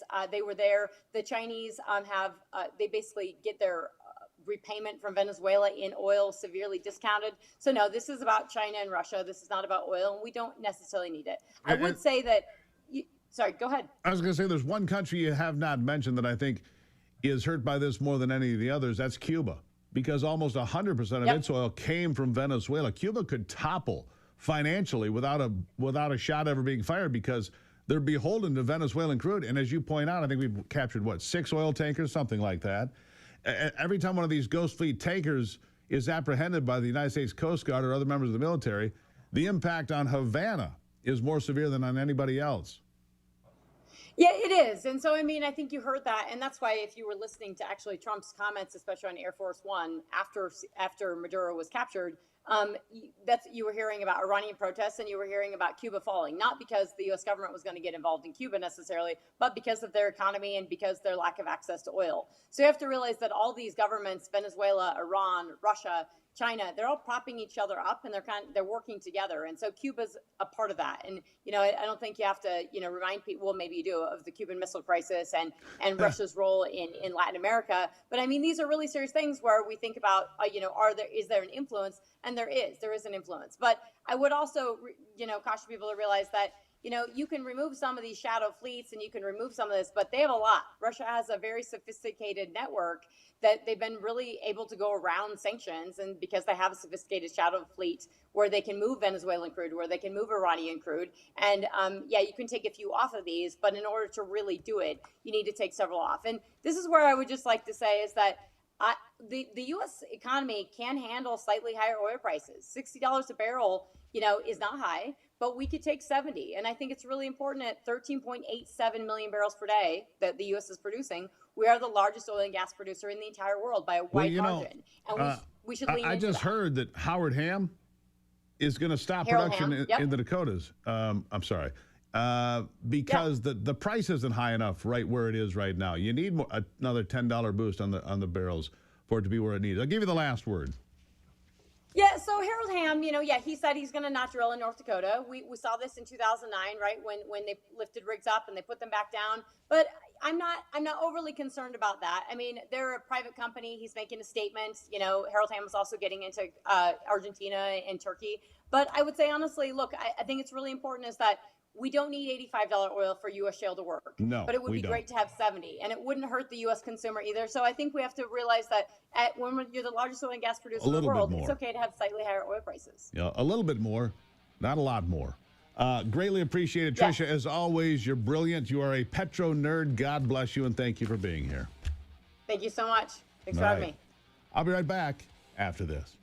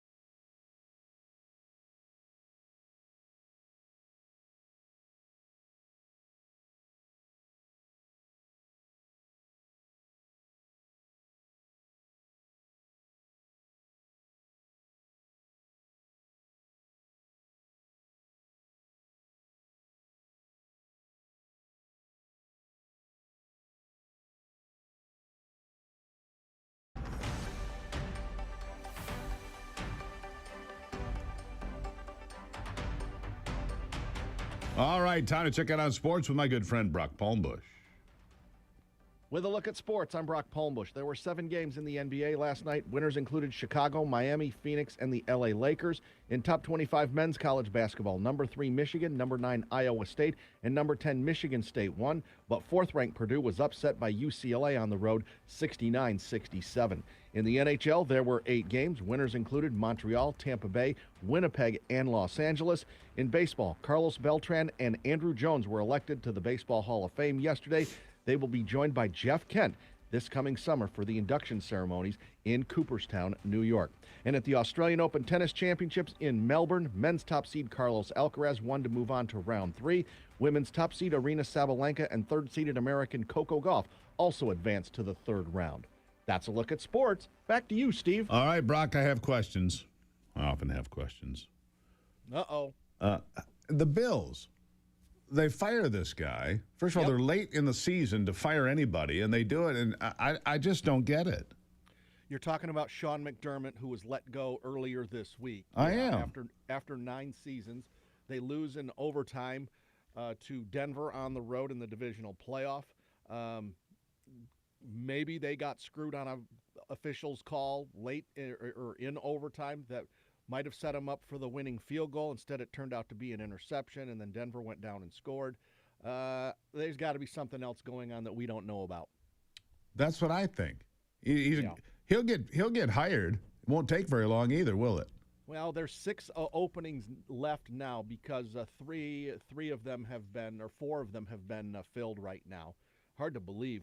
Everybody thought it was going to be a low coaching cycle turnover. No, 10 of the 32 are going to change. But I mean, he'll find a job pretty easy. I would think so. At worst, a coordinator's job. At worst, I think he's a head coach. I mean, he's been 8-9 years in Buffalo. Anyhow, Buffalo. 9 years in Buffalo. Yeah, finds new and creative ways to lose. Sadly for that team and for their fans, and so they're very. There you go. All right, Brock. Thank you for that. Greatly appreciate it. Still to come today. Ron Rademacher will be here for a deep cleansing breath. Plus, this giant storm moving across the country. Is it going to get us? I don't think so, but it might get you. We'll talk about it coming up.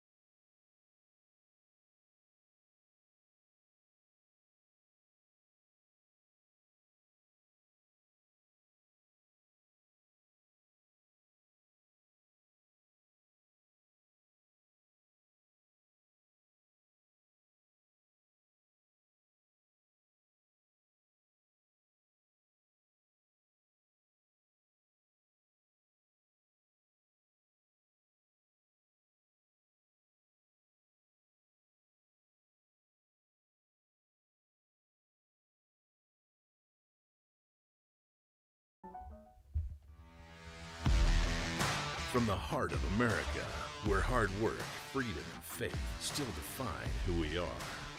From the farms to the factories, from small towns to city streets, this is the fight for the soul of our nation. We're watching Democrats attack democracy. Do not be fooled. The strength, the grit, the greatness of the American spirit, all right here. The left wanted power, not peace, but there's a resistance rising. A generation saying enough, enough. We've tried it their way, and it failed. The Steve Gruber Show with your host, Steve Gruber, starts right now. All right, let's launch it into another big hour here on the program, fighting for you from the foxhole of freedom. Glad you're on board with us. A lot to cover this day. Donald Trump is in Davos, Switzerland. We'll get to that. But first, three big things you need to know. Number one, if your community needs a fire truck, okay, that's fine. Get in line. It might take 3 or 4 years to have one delivered. We need to build things here, folks. Number two, the state of cannabis. In Michigan, there's always been private labs testing the weed. Not a good idea. The state might intervene. We'll tell you about that. And number three, like I said, the president is in Davos, Switzerland for the World Economic Forum. What would you like to hear him say? I want him to say to Europe, get a clue. Your socialist experiments are failing miserably. Oh, but if we just have more socialism this time, please. It's not going to work. It's a disaster every time they try it. The president had a lot to say yesterday. He stepped to the podium in the briefing room, the James Brady briefing room.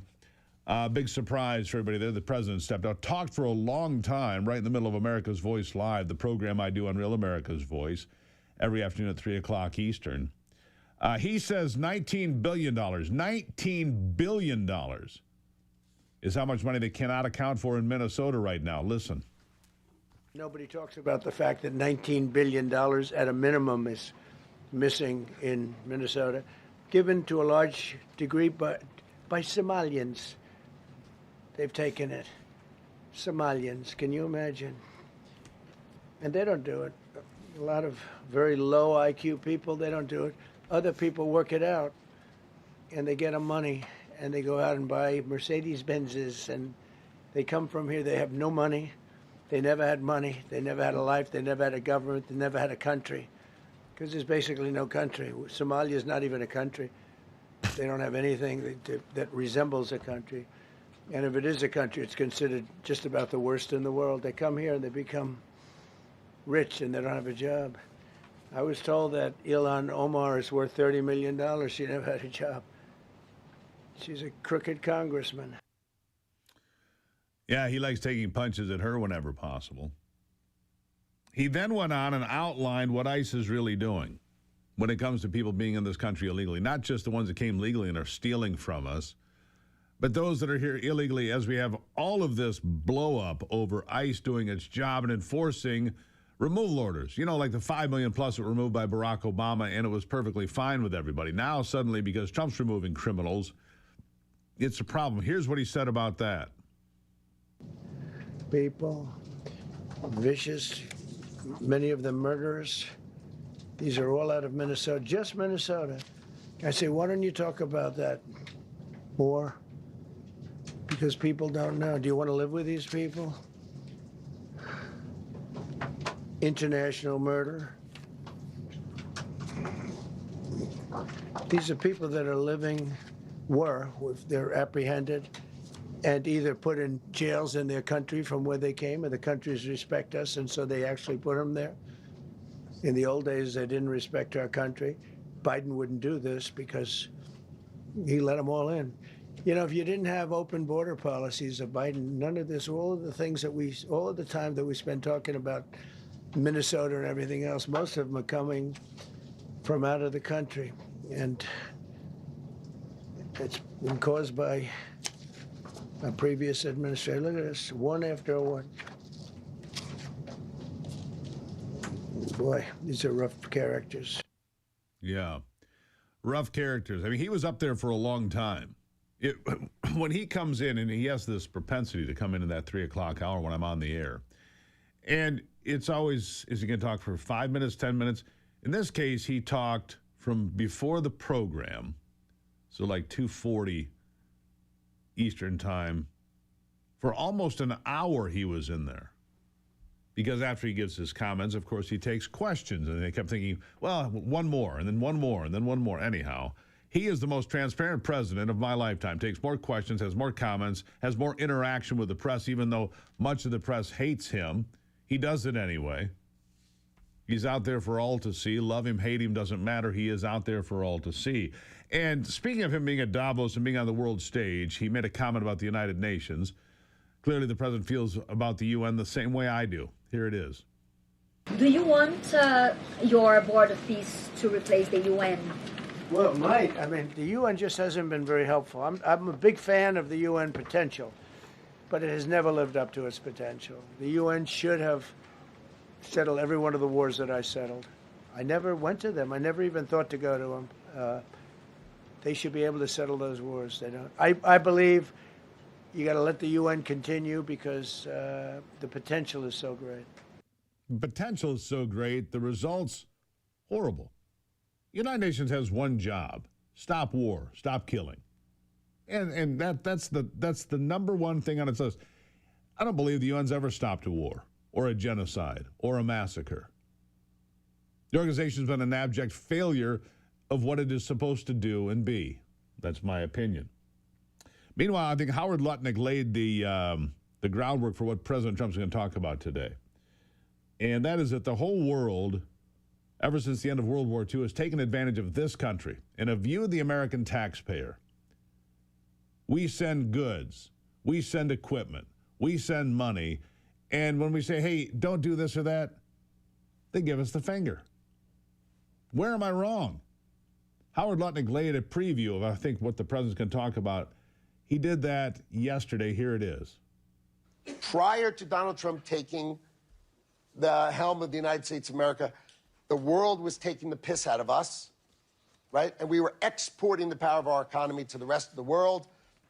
In 1 year of change, I just said my expectation is GDP of the United States of America is over 5% in the first quarter of 2026. That's just my opinion. But so far, in the first quarter, if you saw what I said I thought the United States would grow 4%, and the whole world said, you got to be kidding me. 4.3% in the third quarter. You're going to see plus 5% from the United States of America, the $30 trillion economy, winning. And that's good for the world. And that is good for the world. The whole world has taken advantage of the United States of America since the end of World War II because we are giving, gracious people.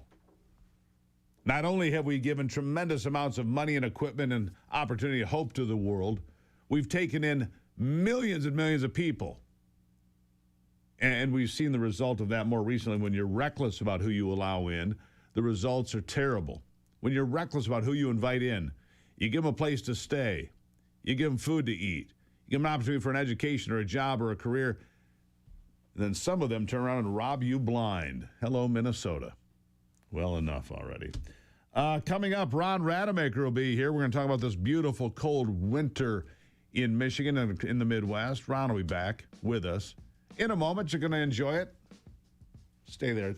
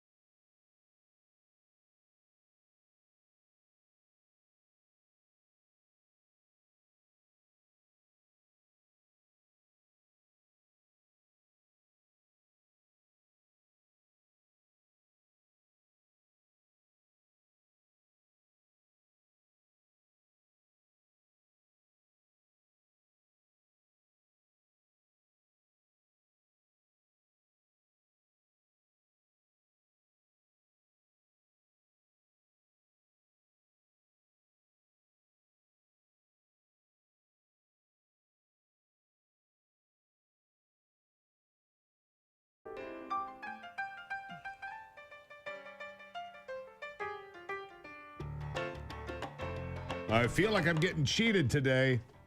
I do. I say that because I'm looking at the weather forecast for this big storm that stretches basically from New Mexico all the way east. It's being fueled by warm air out of the Gulf and so forth, but there could be across Virginia, North Carolina, Maryland, all the way from New York to D.C. and beyond, more than a foot of snow out of this deal. Where's my foot of snow? I'm going to bring in my meteorologist, Ron Rademacher. He's steamed, I'm steamed. Give me snow or give me death or something like that. I can't believe you're not getting snow where you are. We're getting buried here. Well, getting a little bit. I mean, I was in the northern compound. We drove home on Monday. It was whiteout conditions numerous times, but not a foot of snow, Ron. These people are getting spoiled. They hate it. They hate it. We've got a foot here, and I was just talking to my buddies up on the Pine River. We're planning to go up there for a winter raft float. That's brilliant. They said are absolutely gorgeous. Yeah. So I'll let you know how that goes. Yeah, all right. Don't fall in. No, not going to fall in. Don't fall in. Not going to do that.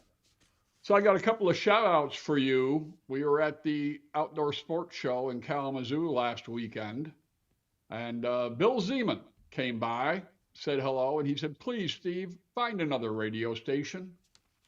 Well, where does he live? I'm doing what I can, Bill. I'm doing what I can. And the guys from Real Legit Customs, these guys are talking about sponsoring this segment. I sent you some information about them. They make custom fishing lures. These guys, I couldn't believe the number of people coming to that booth to get their walleye baits. They know something that the rest of us don't know. Yeah, well, if there's any custom fishing lures. Their wives are giving them trouble because they can't hear you when they're driving to work on the radio. I get it. I get it. We'll have to have Ivy test those.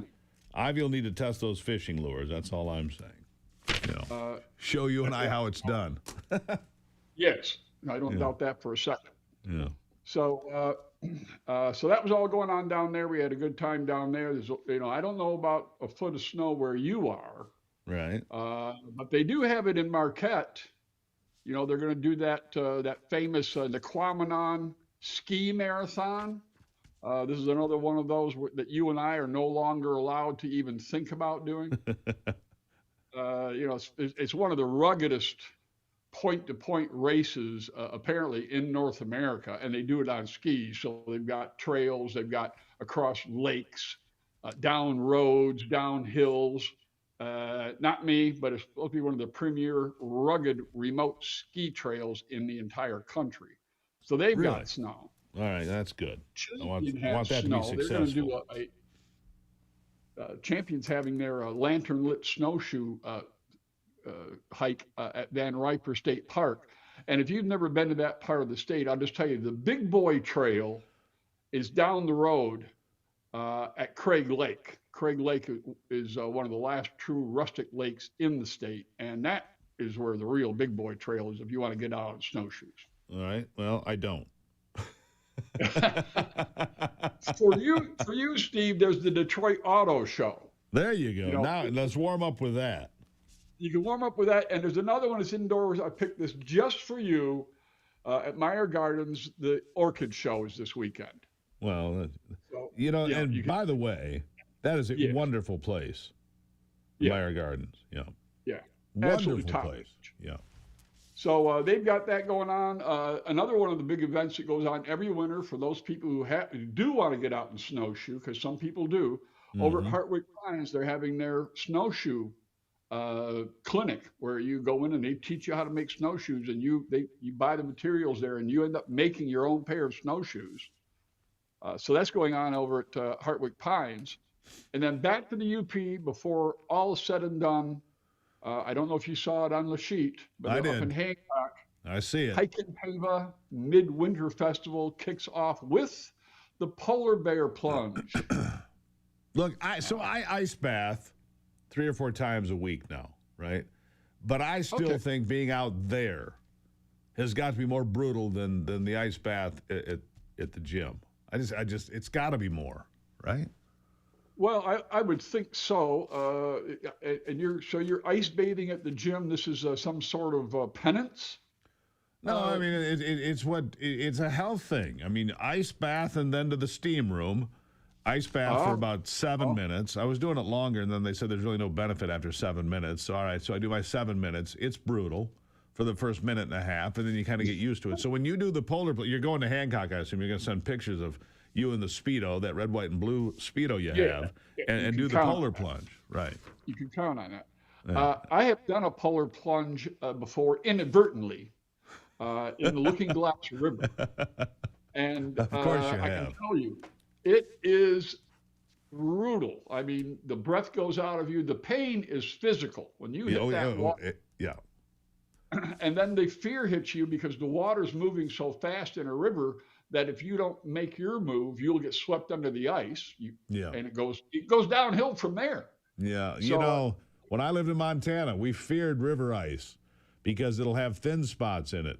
And I could not tell you the number of people that lost dogs because the dog would go through a spot, swept under the ice, and it's an inch thick here, but it's 2 feet thick, 100 feet down. It's done. Yeah, all you have to have is a little backwater there, a little eddy, and that will not freeze over. So, again, everybody, if you're going to do any of this stuff, safety first. Yeah. And by the way, also, Steve, in Grand Haven, they're having their Winter Fest. I'm not sure they're having a polar plunge, but I know that they're having chili. Yeah. So, well, that'll keep you warm all night. That'll keep the bed nice and warm all night. Greatly appreciate it. MichiganBackroads.com. It'll be a lot of fun in the ice bath after that. Who needs an electric blanket? Yeah, look at the bubbles. It's like Shrek. MichiganBackroads.com, MichiganBackroads.com. It had to go downhill, didn't it? It had to go downhill. Shrek and then the fish float. You know the movie. God bless you, Ron. Enjoy it out there. Keep the shovel warm. You bet, buddy. I'm going out there right now. Have a good one. You too. There you have it. Chili, polar plunge. Bring these two things together. We'll take a break and be right back.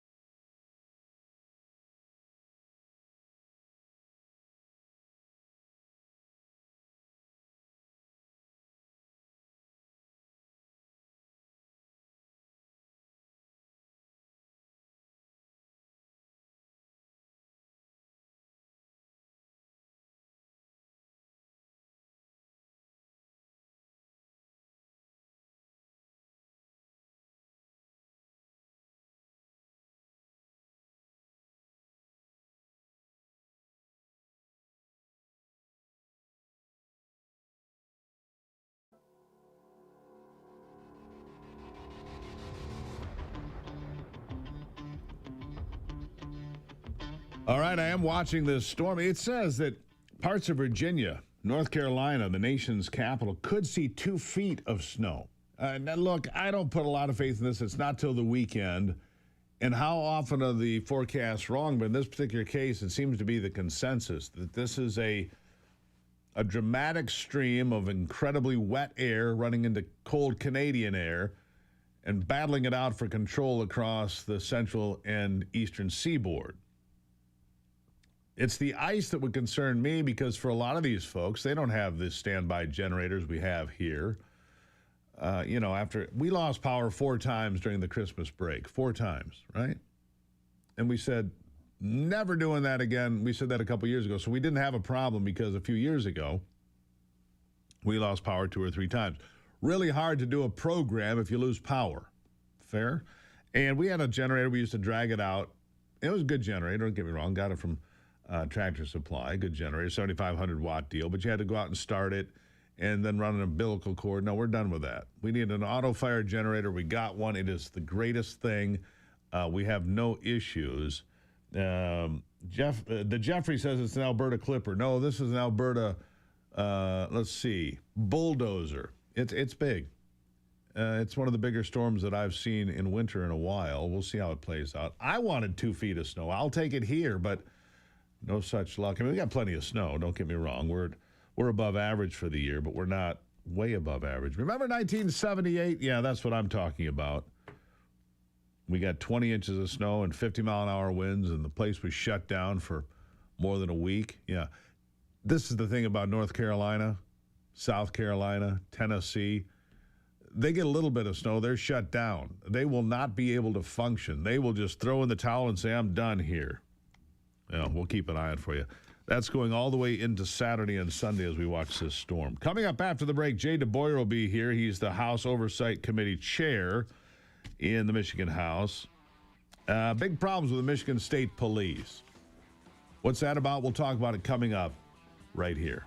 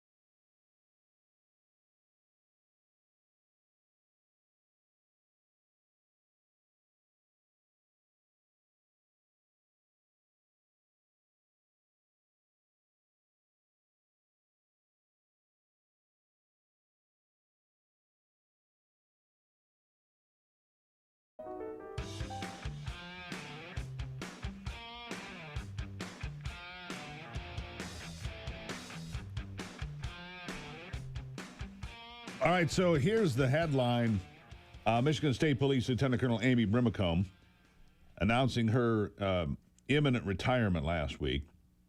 Prior to the release of a damning report which outlines a toxic work environment at the Michigan State Police, cast significant doubt on her ability to help lead the department. Jay DeBoyer is the chair of the House Oversight Committee. He's been digging into this. Jay, welcome back to the program. Look, the Michigan State Police, they took a vote and got a vote of no confidence by what, 98% of the troopers out there on the road. They don't believe that the people in charge of the Michigan State Police have any business being there. These are the guys that, and the men and the women that are out there doing the work of law enforcement every day. They don't think the leadership is up to par or even close. Right or wrong? Yeah, absolutely. That's a completely accurate statement, Steve. It was 98+%. So, less than 2% of the troopers had confidence in their leadership. Now, I would expect that in any given organization, there's going to be a certain percentage of individuals who may not have confidence in their leadership for one reason or another, right? That's just life. But when you hit a number of like 98+% of no confidence, I think you can throw all the variables out. I think you can throw all of the, plus or minuses out in an equation like that. And by the way, it was a very similar outcome with the command staff, right? They weren't quite at the 98%, but they were way up there. And, this is a classic example of the gaslighting that goes on in politics. And I'm very disappointed. Gretchen Whitmer, her and I clearly don't see eye to eye on policy. We don't see eye to eye on a lot of things in the political world. But I would expect that she does have the best interests of the state of Michigan in mind, and certainly in the state police. And when she doubles down and tells us what a wonderful job the colonel has done, and the colonel's number 2, and that, look at how much crime has gone down in the state of Michigan, because, there's not 83 sheriff's offices and countless numbers of municipal police departments that are doing anything to prevent crime or drive down crime in Michigan. It's just the state police. Sure. That's pure gaslighting, Steve. Well, I got to ask when you say that, because look, Minneapolis has dominated the headlines for weeks now. And I'm not talking about the ICE enforcement, that's a separate issue, but the fraud that has been perpetrated on the taxpayers of the state of Minnesota, blue governor, blue legislature, blue team in charge. And I look here, and I've seen enough red flags around here to say, wait a second. We cannot be clear and pure either. There have got to be fraud issues in Michigan as well. And what's being done about it to root it out? And look, I just heard the number in Minnesota is as high as $19 billion. I have no idea if it's that high in Michigan, but there's fraud here. There's fraud in every state when there's government involved. But how bad is it, and how do we find it if it is there? Yeah, I can tell you the House Oversight Committee with their subcommittees are looking at every aspect of what would you call these social welfare programs? Is that the right way to describe them? Yes. The giveaways, right? And, you don't have to go very far to start seeing it. The Department of Health and Human Services is a $35 billion budget, and their money, it flows like a river out with no accountability. You saw the issue of the non-citizens that were hitting jury pools that are then getting driver's licenses that are then, registering to vote. That's another policy coming out of an executive branch, specifically in that case, the Secretary of State, that is not doing what they're supposed to. And the reason I bring that up is because it's an example of not doing the work you should do to determine eligibility for things like SNAP benefits and for things like welfare assistance. And that's real money. Well, as you say that, it brings me back to something else that's been in the headlines here recently, and that's this slush fund of $600+ million. The Democrats are fighting to spend on what exactly? We're in debt. The state of Michigan has billions of dollars in debt. It never gets talked about. Billions of dollars of debt this state has. It never gets talked about, not since Rick Snyder was in office. Anybody talking about the debt of the state of Michigan. Look, it's not just the federal government that has a problem with debt. It's this state and just about every other one. There's only about 3 or 4 states that don't have debt because they were well run. This is, it's a Ponzi scheme. It's a shell game. At some point, the bill's going to come due, isn't it? That is absolutely correct. And what you speak of as our long-term debt is our post-employment liabilities, healthcare coverage, and pension funds for retirees that are not fully funded. So when you hear people say things like the governor has said, we run a balanced budget and we have surpluses, that's just a complete gaslight again, Steve. The $600 million that we clawed back is money that was left over. And all you will hear from people on the other side of the aisle from me is about the few items in there that I would say and agree are good things. Here's the problem though, Steve. It's an all or nothing. So what that means is that you have to ask me to vote yes to fund fraud, waste, and abuse because there's a couple of good programs that are tied to it. That is the most ridiculous governing philosophy you can possibly imagine. But frankly, Steve, that's what's coming from the other side of the aisle. Yeah. And that's not going to happen anymore. It's got to stop. Look, that's why the midterm elections are so important. We've got to get our checkbook under control. And here's what I say. Open the books. I don't care what it is. Health and Human Services, $35 billion. The Department of Transportation, whatever their budget is. The DNR, whatever their budget is. Open the books. Show us where the money's going, who's spending it, and on what. And does it pass the smell test? That's what I want to know. Well, and I think, look, that's the question. I can tell you it doesn't. I can tell you it doesn't pass the smell test. I can tell you that we found 3,000 ghost employees, and there's probably another 3,000 to 5,000 ghost employees today. What do you mean ghost employees? So here's how it works. A department gets an allocation for full-time employees, right? Yeah. There's a budget associated for every one of those full-time employees. Makes sense. That money gets allocated to that department. But what they do is they never fill that position. Then at the end of the year, that money, let's use a round number because it's a real round number. It's around 100 grand, let's say. That money then rolls into their budget bottom line at the end of the year. Then it gets pushed into a work program, right? Which is part of the 600 million we just clawed back. It gets rolled into a work program. Then it gets used as a slush fund to spend on anything you want with no intention, Steve, of ever actually hiring an employee. It's a shell game. That is fraud by definition. Here's 3,000 jobs at 100 grand apiece, millions of dollars. Right. That they never intended to hire anybody, and they circulate the money through the system, in effect laundering the money. I mean, I'm just a layman, but that's kind of the way it feels to me. Launder that money through so they can use it for what?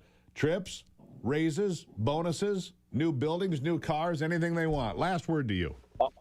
All of the above. I can tell you what, so, you know, I'm very proud of the work that the House Oversight Committee did on this issue with the Michigan State Police. As you know, Steve, the Michigan State Police for decades has been a beacon of law enforcement in the United States of America, not just in Michigan. That's right. People looked at the Michigan State Police and said, that is an example of law enforcement that we admire and we want to be like.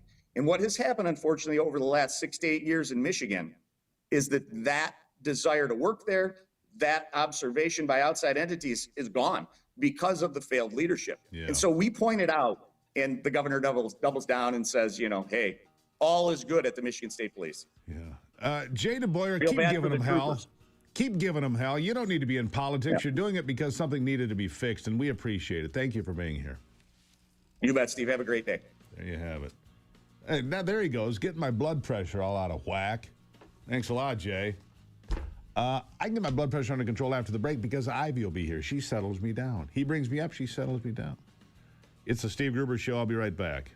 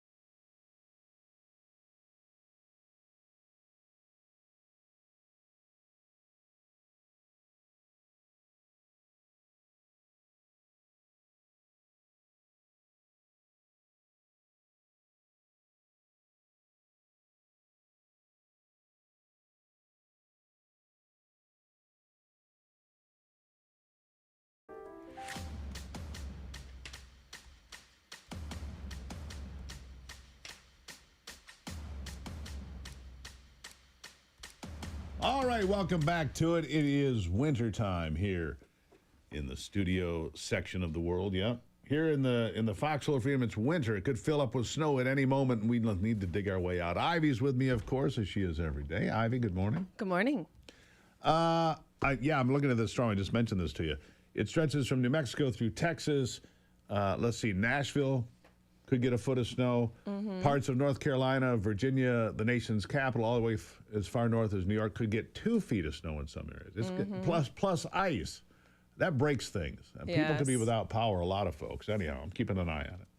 Yeah, I love it. It's wintertime. I love the snow. For people who aren't used to it, everything shuts down for days. Yeah, well, cousin John there in Charlotte, North Carolina, they get about 3 inches of snow. The whole place stops. They get a foot of snow or something, they'll be done for a week. I don't know if you know this, but the Rams players over the weekend put a food item in their socks to keep warm. Maybe the folks that are be getting all this snow should use this tip. What was it? Toe cheese? Okay. No. Wouldn't they already have toe cheese? They wouldn't be putting it in there. Oh, yeah. They put cayenne pepper in their socks to keep their feet warm. Really? Yeah. I thought that was interesting. That's pretty interesting. Maybe our family members in the Carolinas can put cayenne pepper in their socks when they get all this snow to keep their feet warm. Interesting. I've never heard of that. I wonder if it actually works, because I would say I probably have not the best circulation in my hands and feet. So my hands and feet always get cold. Always. But the rest of me is boiling. But my hands and feet are cold. You're pretty smart about your warming. You've got the electric vest, which I see a lot of people have now. Yeah. The electric. I do have electric socks too that heat up. Yeah. But the problem with that is they don't last very long, and then I think that it gets too warm. Your feet sweat, and then they get colder than they would have been if you would have just. Fair point. But the electric vest, it works. Yeah, that is great. Keeping your core warm. Yeah. Keeping the area around your heart warm definitely helps keep the rest of you warm for so sure. So true. Pro tips, everybody. Pro tips. Absolutely. For those of you who are not used to the blustery winter weather. It makes you strong. Makes you feel alive. When I go outside in cold temperatures, for me, it just makes me feel alive. Whereas, in the heat, when I lived in Florida, I felt like I was going to die. So, yeah, people say that to you like, you moved from Florida to Michigan? Don't you hate it? I didn't realize how much I hated the heat and how the heat made me feel ill until I moved to Michigan. I'm like, wow, I feel great. But anyways, I do love my family's in Florida. I do love parts of Florida, but for the most part, during the summer, I stay away. Yeah. So a man in Arkansas follows a hunch and buys a scratch-off ticket. Yeah. Wins a $100,000 prize. He said that the ticket spoke to him, and he purchased it, and he scratched it off, and he could hardly believe he won $100,000. Your hunch wasn't so great over the weekend, was it? Or on Monday? Fine. You're going to call me out for that? Yeah, I thought Indiana was going to win by a bit more. I might have squandered a little bit of money because Indiana did not win. Well, the thing is, you bet on Indiana winning. Excuse me. But I'm like, oh, you won. Awesome. Well, you bought dinner. And then you're like, no, I didn't win. I'm like, what do you mean you didn't win? Yeah, Indiana won. How did you not win? Never mind, Ivy.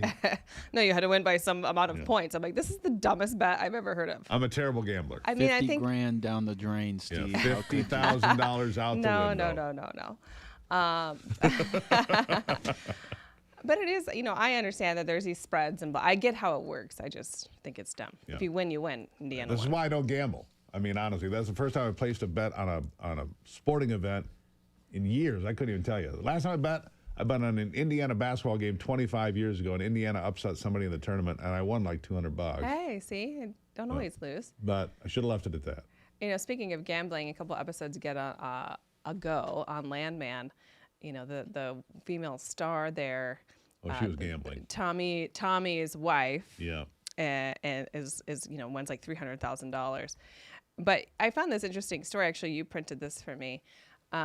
That the Landman star is sitting in a restaurant, and Martha Stewart comes over in her, giant fur coat and says, I wait until midnight every Sunday to watch your show. You are just so badass. And I just think that's awesome. Well, we like Martha Stewart. We saw her in person. Was it last year, year before? Remarkable story, remarkable grit, remarkable focus, and remarkable success. Yeah. Yeah, I find. And I her love that she spectacular. gives credit to other women. You know, the actress's name is Ali Larter. And I just think that's missed a lot with women. To just be able to give praise to other women is so important. And I love that. Yeah. You know, it just, Well, look, if you get a compliment from Martha Stewart, yeah. who's not particularly warm and cuddly. I mean, she is blunt, on point, you know, Yeah. hard-nosed. I still respect her, but you get a compliment from her, you've done something. Absolutely. Yeah. But I I, think it's I cool. just think it's a good way to live anyhow. You know, if you see, if you're a woman and you see another woman, she looks nice, just compliment her. You know, there's so much, I think, the competition of how do I look? I look too old. I need to look young. I need to look fit. I need to have the right outfit. I need to have the right shoes, the right purse. Da, da, da. How about we just, you know, praise each other? That'd be a nice thing to do, right? Yeah, I think that's right. Build people up. Yeah. Support people. There's a lot of Absolutely. negative in the world. We talk about that. There's Right. negative churning all the time. I mean, you look at the folks in Minneapolis, wherever, all this negative. They Mhm. get up angry. Yeah. How do you wake up that angry every day? You know, and it's interesting because I was reading a bunch of different stories on the poorest regions in the world, and they generally are the happiest. That's people. right. You know, You know. I've told you this story. I was on the Yucatan Peninsula of Mexico a number of years ago.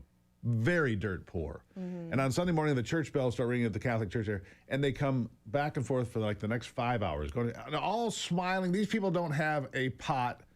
They don't have a nickel to rub together with another nickel, and they all have smiles on their faces. Yeah.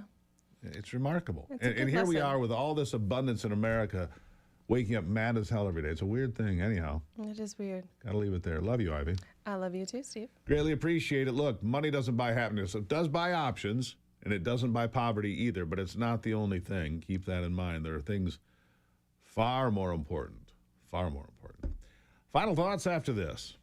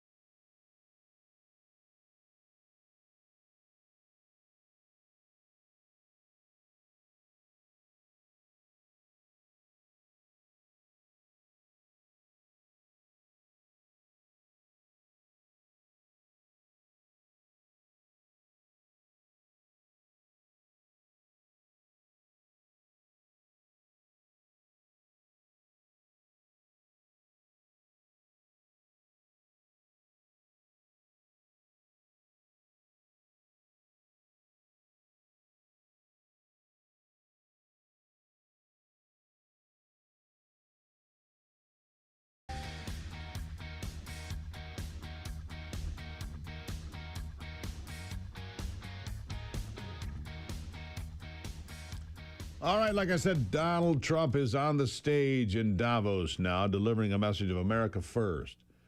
We'll have complete coverage and breakdown of what he had to say here to start your day tomorrow. It's an America first message. It's a message about the resilience and the resurgence of the American economy.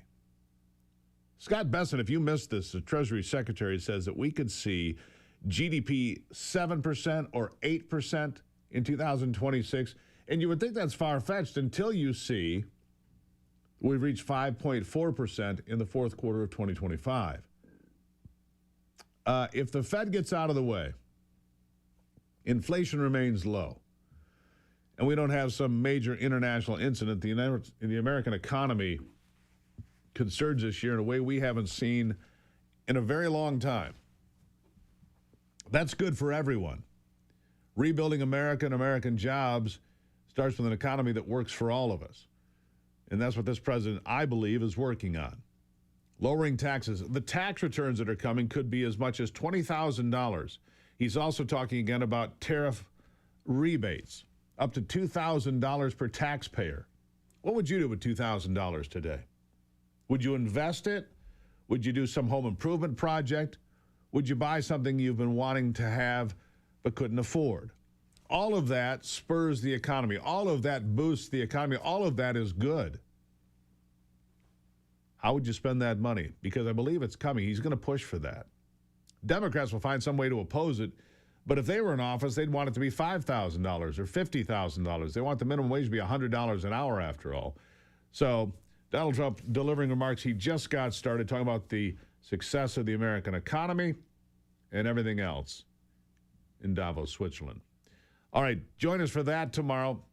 Fight the good fight and keep the faith, my friends. God bless America. I'm Steve Gruber. This is the Steve Gruber Show. And remember, only you can save America. We'll talk soon.